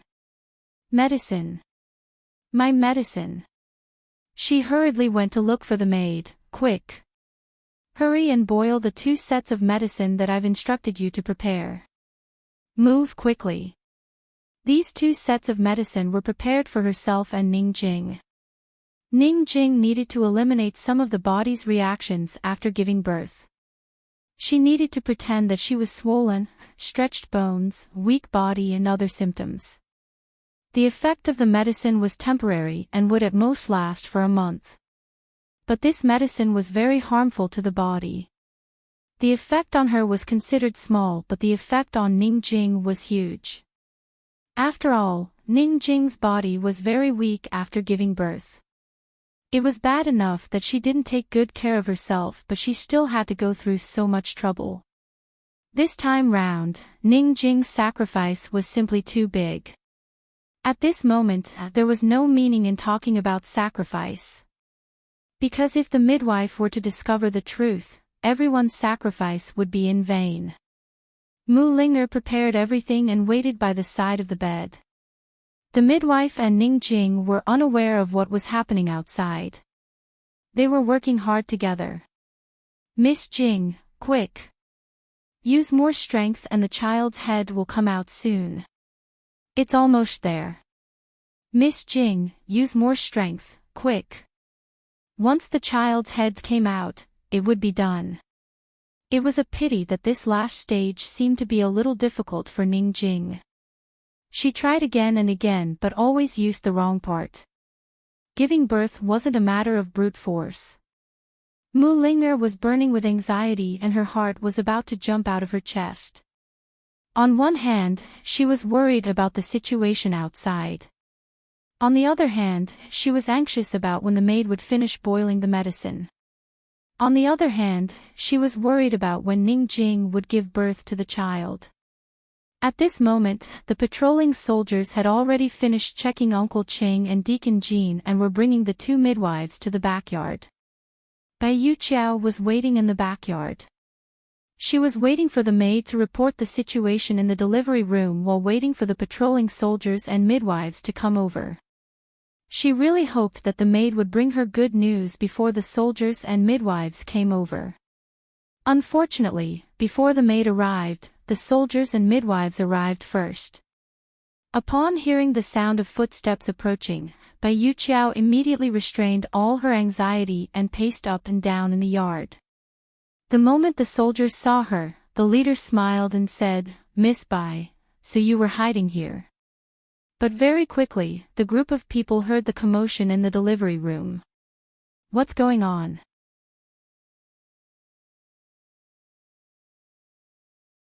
the soldier asked sternly. Bai Yuqiao's heart was about to stop. She forced herself to hold on and said unhappily, "Can't you tell? Mu Linger is giving birth." "Why is she giving birth now?" The soldier was very surprised. "You're asking me, but who am I supposed to ask? If the child is coming out, how can the timing be calculated so accurately?" As Bai Yuqiao said this, she sized up the two midwives beside the soldier. These two midwives were around 40 years old and were very quick-witted. One of them quickly said, "How can we be so sure about giving birth to a child? It's not surprising that she's giving birth at this time." The moment these words came out, Bai Yuqiao knew that these two midwives had already calculated Mu Linger's due date. "Fortunately, I've already prepared a midwife for her. Otherwise, if something were to happen to her, I wouldn't be able to explain it clearly to senior brother." Bai Yuqiao hugged her arms to hide her panic. She started to complain, "This Mu Linger is extraordinarily difficult to serve. She's always asking for this and that. If it weren't for the fact that she's Han Yunqi's sister and is pregnant with Gu's child, even I wouldn't allow her to be so arrogant, much less my senior brother." The two midwives were smart people. The moment they heard Bai Yuqiao's words, they understood that midwifery was not an easy job. Giving birth to a child was a matter of the adult dying and the child being born. If something were to happen to Mu Linger, the responsibility would not be small.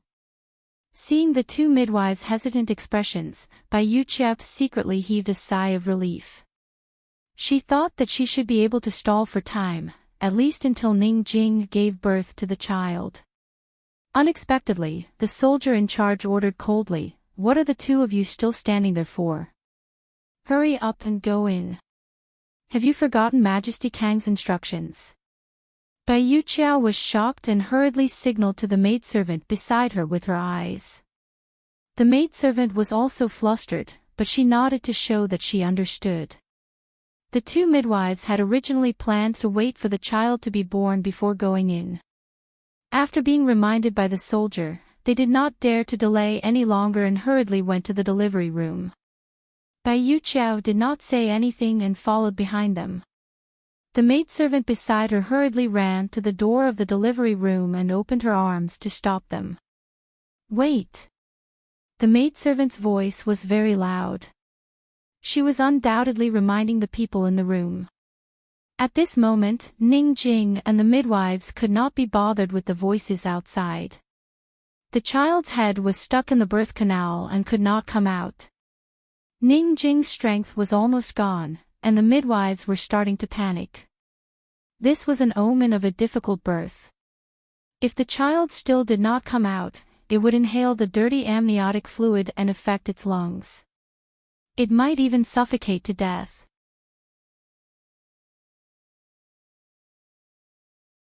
"Give me the scissors." The midwives made a prompt decision. Mu Linger was scared out of her wits.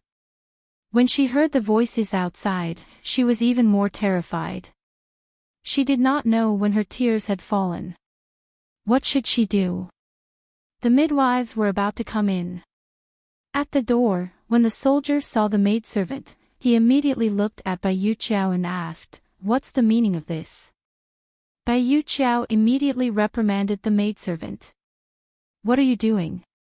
Are you looking for death? The maidservant looked innocent. Miss Bai, Master Soldier, Mu Ling'er said that other than Ning Jing and the midwives, no one else is allowed to go in to take a look. The soldier laughed out loud. Who does she think she is? She doesn't have the final say here. Master Soldier, Mu Ling'er's temper is too bad. She's giving birth now. If she's disturbed and something happens to her, we won't be able to explain it to Majesty Kong.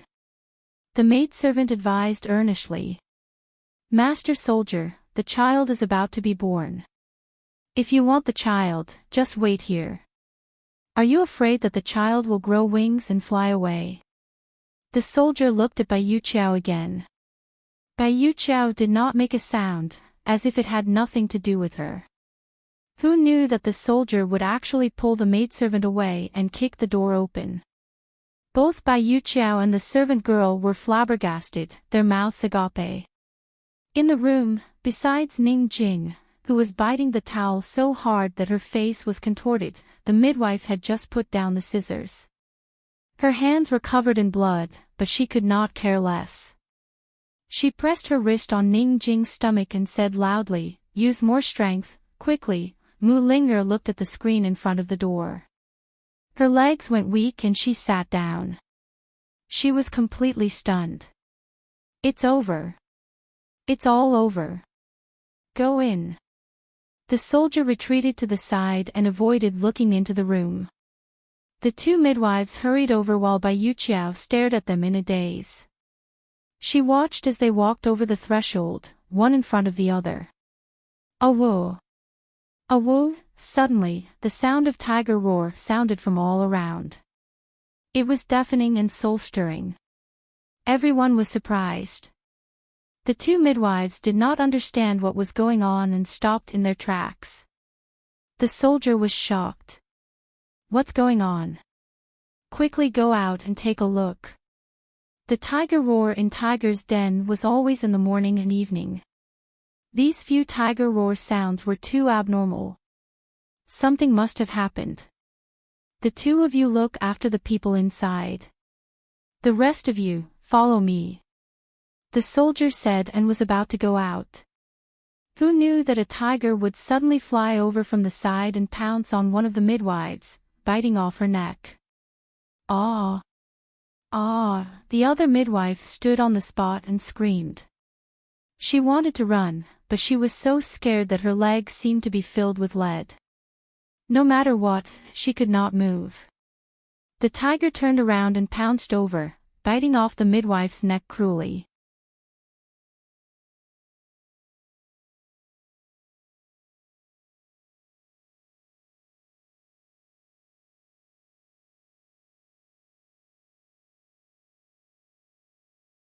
Chapter 1049. The courtyard was completely silent. Only one tiger and two corpses were left. The two midwives were not only bitten to death, they were also poisoned. The wounds on their necks quickly turned greenish-black. That tiger was very strange. It was extremely ferocious just now, but after biting two people, it actually became obedient. It lay at the door of the room and licked its huge claws. No one knew where the maidservants had run off to. The few soldiers were all hiding on the roof. All of them were still in a panic. Even the leader's face was ashen and his breathing was rapid. One had to know that if they had run a little slower just now, the corpse lying in the courtyard would most likely have been them. No one had any extra thoughts to care about the people in the house. When everyone gradually calmed down, they realized that it was impossible to enter the house. Firstly, the remaining people were all men. It was not easy to enter. Secondly, the poisonous tiger was blocking them. Who would dare to go near? These poisonous tigers could be said to be second only to one person. Who would dare to provoke them? Big brother, what's going on? Big brother, should we report to His Highness the Duke of Kong? This tiger wouldn't go crazy, right? The leader was very puzzled. The tigers in Tiger's prison had long been tamed by His Highness the Duke of Kong. Even if His Highness the Duke of Kong was not here, they were still very intelligent. They would never attack their own people. Could it be that this tiger had really gone crazy? The leader could not figure it out either. He hurriedly said, "Quickly write a letter to His Highness the Duke of Kong." None of the soldiers under his command chased them down from the roof. In a fit of anger, he kicked one down. Of course, he kicked him in the other direction.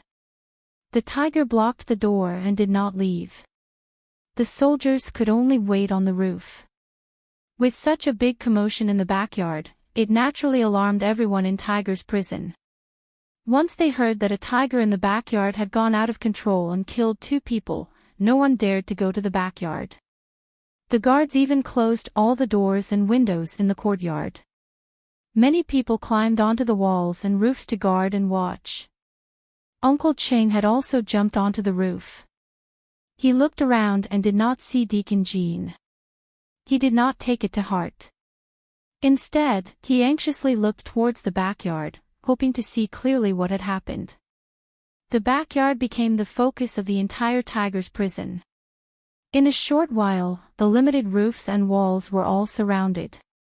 Even though there were many people, there was still no sound at all. Everyone was afraid of alerting the poisonous tiger and inviting a fatal disaster. In the silence, a clear cry suddenly came from the delivery room. For a moment, most people were stunned. She gave birth. Mu Linger gave birth. Mu Linger, she's giving birth.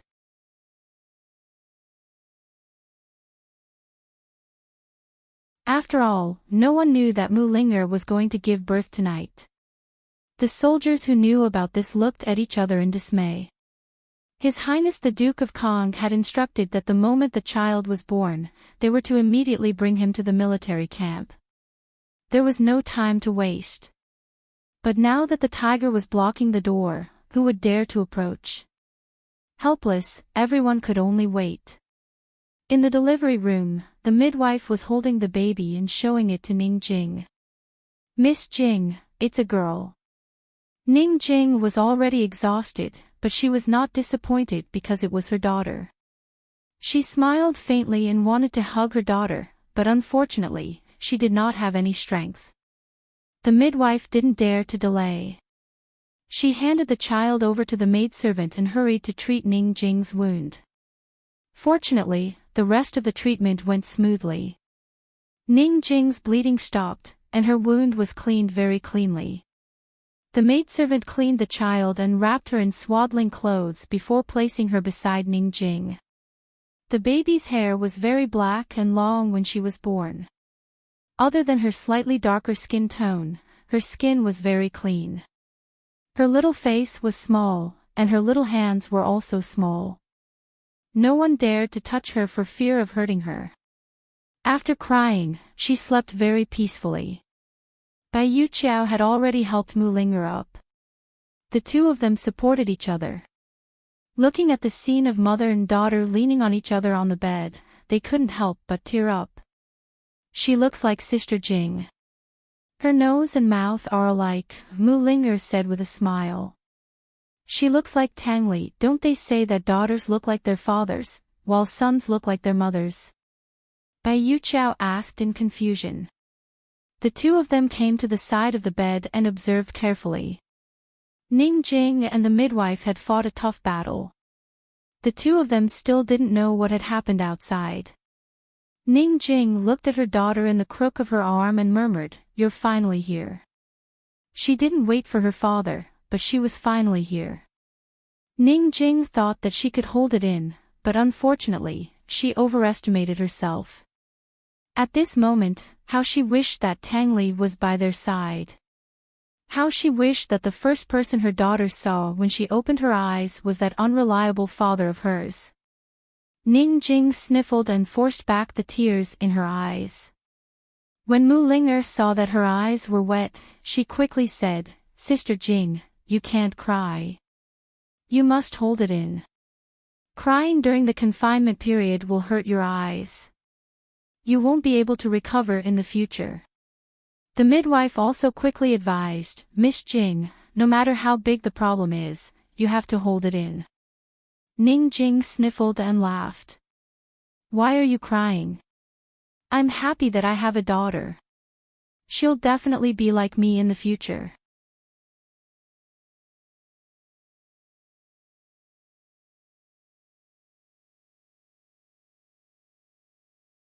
Instead, she silently watched her daughter sleep.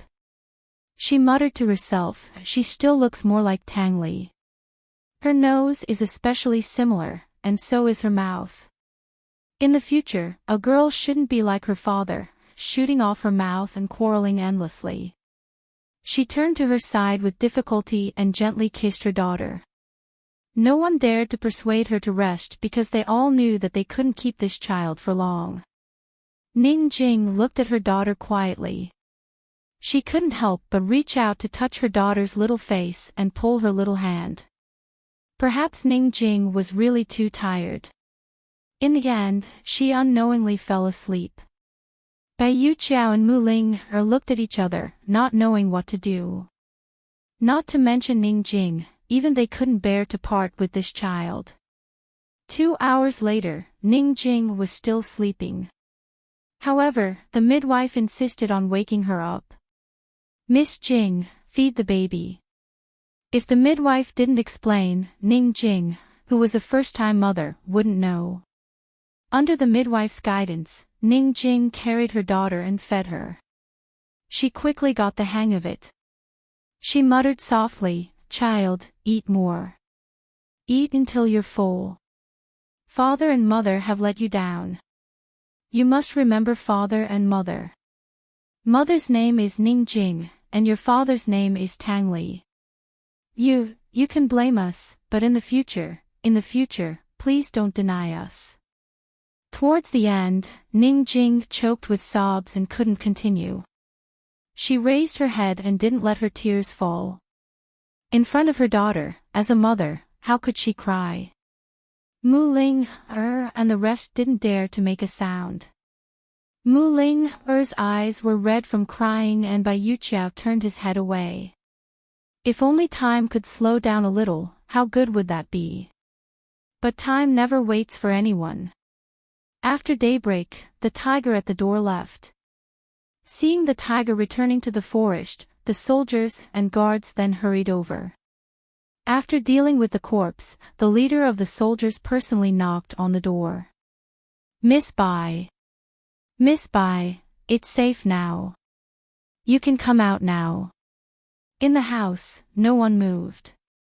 Ning Jing seemed as though she didn't hear the sound outside the door.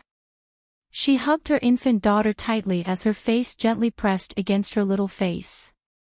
Mu Ling laid on the bed with both hands clutching the bed sheets as she bit down hard, bearing with it.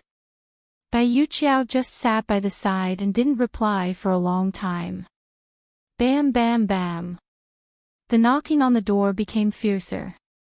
"Miss Bai, are you inside? Can you answer? Miss Bai, what's going on inside? Where's the child? Miss Bai, if you still don't come out, we'll go in." Bai Yuqiao finally raised her head and cast an apologetic gaze towards Ning Jing. Unfortunately, Ning Jing didn't look at her. She got up resolutely. If she didn't go out, the soldiers would barge in and the situation would be even worse.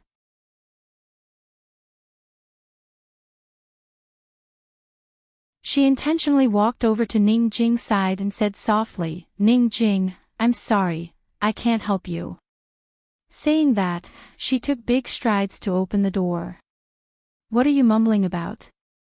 Pregnant women need to rest, don't you understand?" She shouted at the soldiers in displeasure. The soldiers resentfully said, "Miss Bai, Duke Kong has ordered us to bring the child back. It's not convenient for the few of us men, so please carry the child out."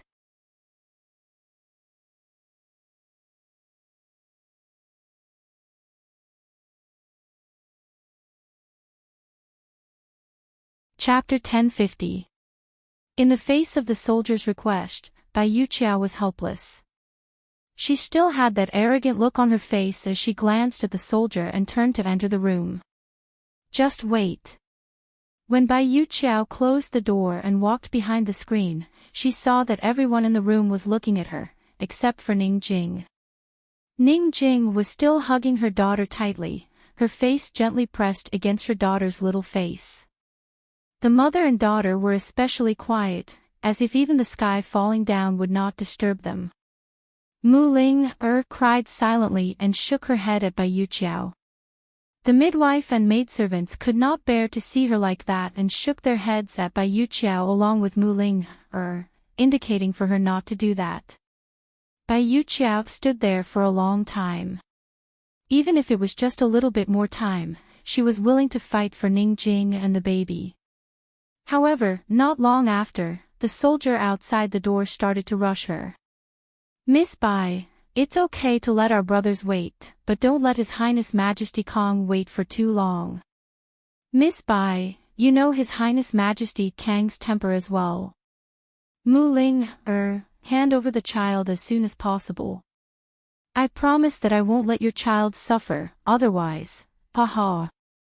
When he said that, Ning Jing suddenly raised her head, her eyes revealing traces of murderous intent.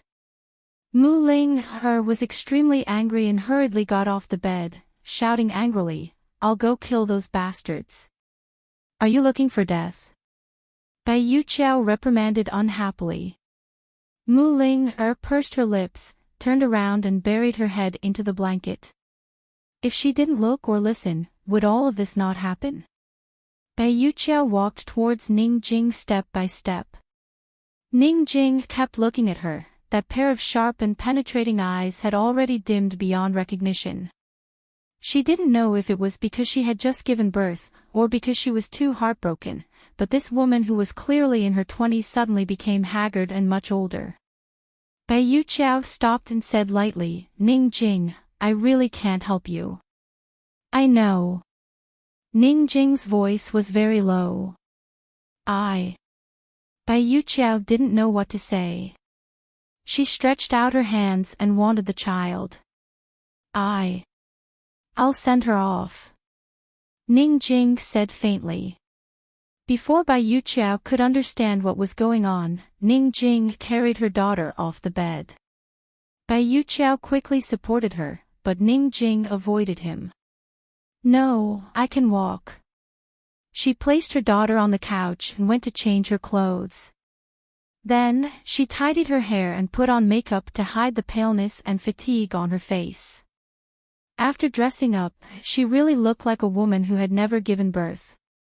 She was still so tall and beautiful. However, her eyes could not be hidden no matter how hard he tried.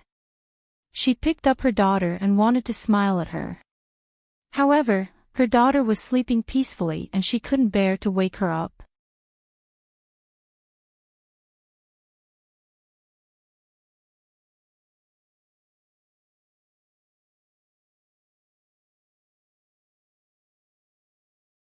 He whistled and that poisonous tiger who had barged in later suddenly charged towards Mu Ling. Mu Ling was shocked as she stood rooted to the ground in a daze, forgetting to run away. Unforgivable stupidity. The man in black's voice was filled with disdain. Ning Jing and Bai Yuqiao didn't move. They could tell that the man in black didn't have any enmity towards Mu Ling. He only disdained her. Indeed, the poisonous tiger bumped into Mu Ling and pushed Mu Ling up. After pushing her onto his back, he immediately turned around and pounced onto the roof. Although he broke several tiles, the poisonous tiger still sent Mu Ling to the side of the man in black. Mu Ling was really shocked. Shocked and frightened. She didn't even dare to get down from the poisonous tiger. She looked at the man in black, then looked at Ning Jing and Bai Yuqiao. Her red and swollen eyes became wet again. Will you die if you don't cry? The man in black reprimanded. Ning Jing quickly pulled Mu Ling down and asked angrily, return the child to me. The man in black carried the child and rode on the tiger's back. "Come with me if you don't want to die." As he spoke, he whistled towards the tiger in the courtyard. That tiger killed the last soldier with its paw and crawled on the ground. Bai Yuqiao still wanted to ask, but the man in black didn't change his voice. Instead, he used his real voice and said coldly, "If you dawdle any longer, everyone will die." Deacon Jean. Mu Ling was shocked. She recognized the voice at once. Ning Jing and Bai Yuqiao were also very surprised. Bai Yuqiao quickly said, "Take Su Xiaoyu away. I'll cover your retreat." Su Xiaoyu has already left. "Are you coming or not?" Deacon Jean asked back. Bai Yuqiao was in disbelief. She looked towards the small courtyard at the side and saw the guards' corpses in the small courtyard. Heavens, what exactly happened in this short period of time? Ning Jing glanced at the child and jumped down resolutely. She sat on the tiger's back. Bai Yuqiao followed closely behind. Mu Ling wanted to follow, but Deacon Jean pulled her over. "You sit here." Mu Ling didn't have any room to refuse, because Deacon Jean stuffed the child into her arms and said mockingly, "No need to cry. Hold goose seed well." Just like that, Mu Ling carried the child and rode on the same tiger as Deacon Jean. Ning Jing and Bai Yuqiao rode on another tiger and escaped from the large courtyard. As soon as they left, they saw corpses everywhere outside. Blood flowed like a river. A tiger was sitting under a big tree at the side, waiting to open a path for them. Mu Ling, and the others were really stunned. For a moment, they didn't have time to ask Deacon Jean what was going on. Just as they were about to follow the tiger into the dense forest, a group of archers arrived. "Quick, shoot the arrows. Those poisonous tigers have betrayed us. Quick!"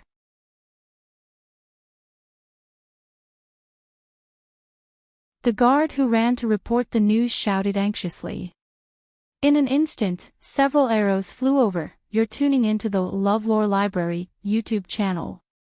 We're so grateful for your support, and don't forget to subscribe to join us on this incredible journey through captivating stories. Your generosity through donations truly makes a world of difference, as it's the primary source of revenue that allows me to expand and enhance this channel for you. Thank you from the bottom of my heart for being a part of this adventure.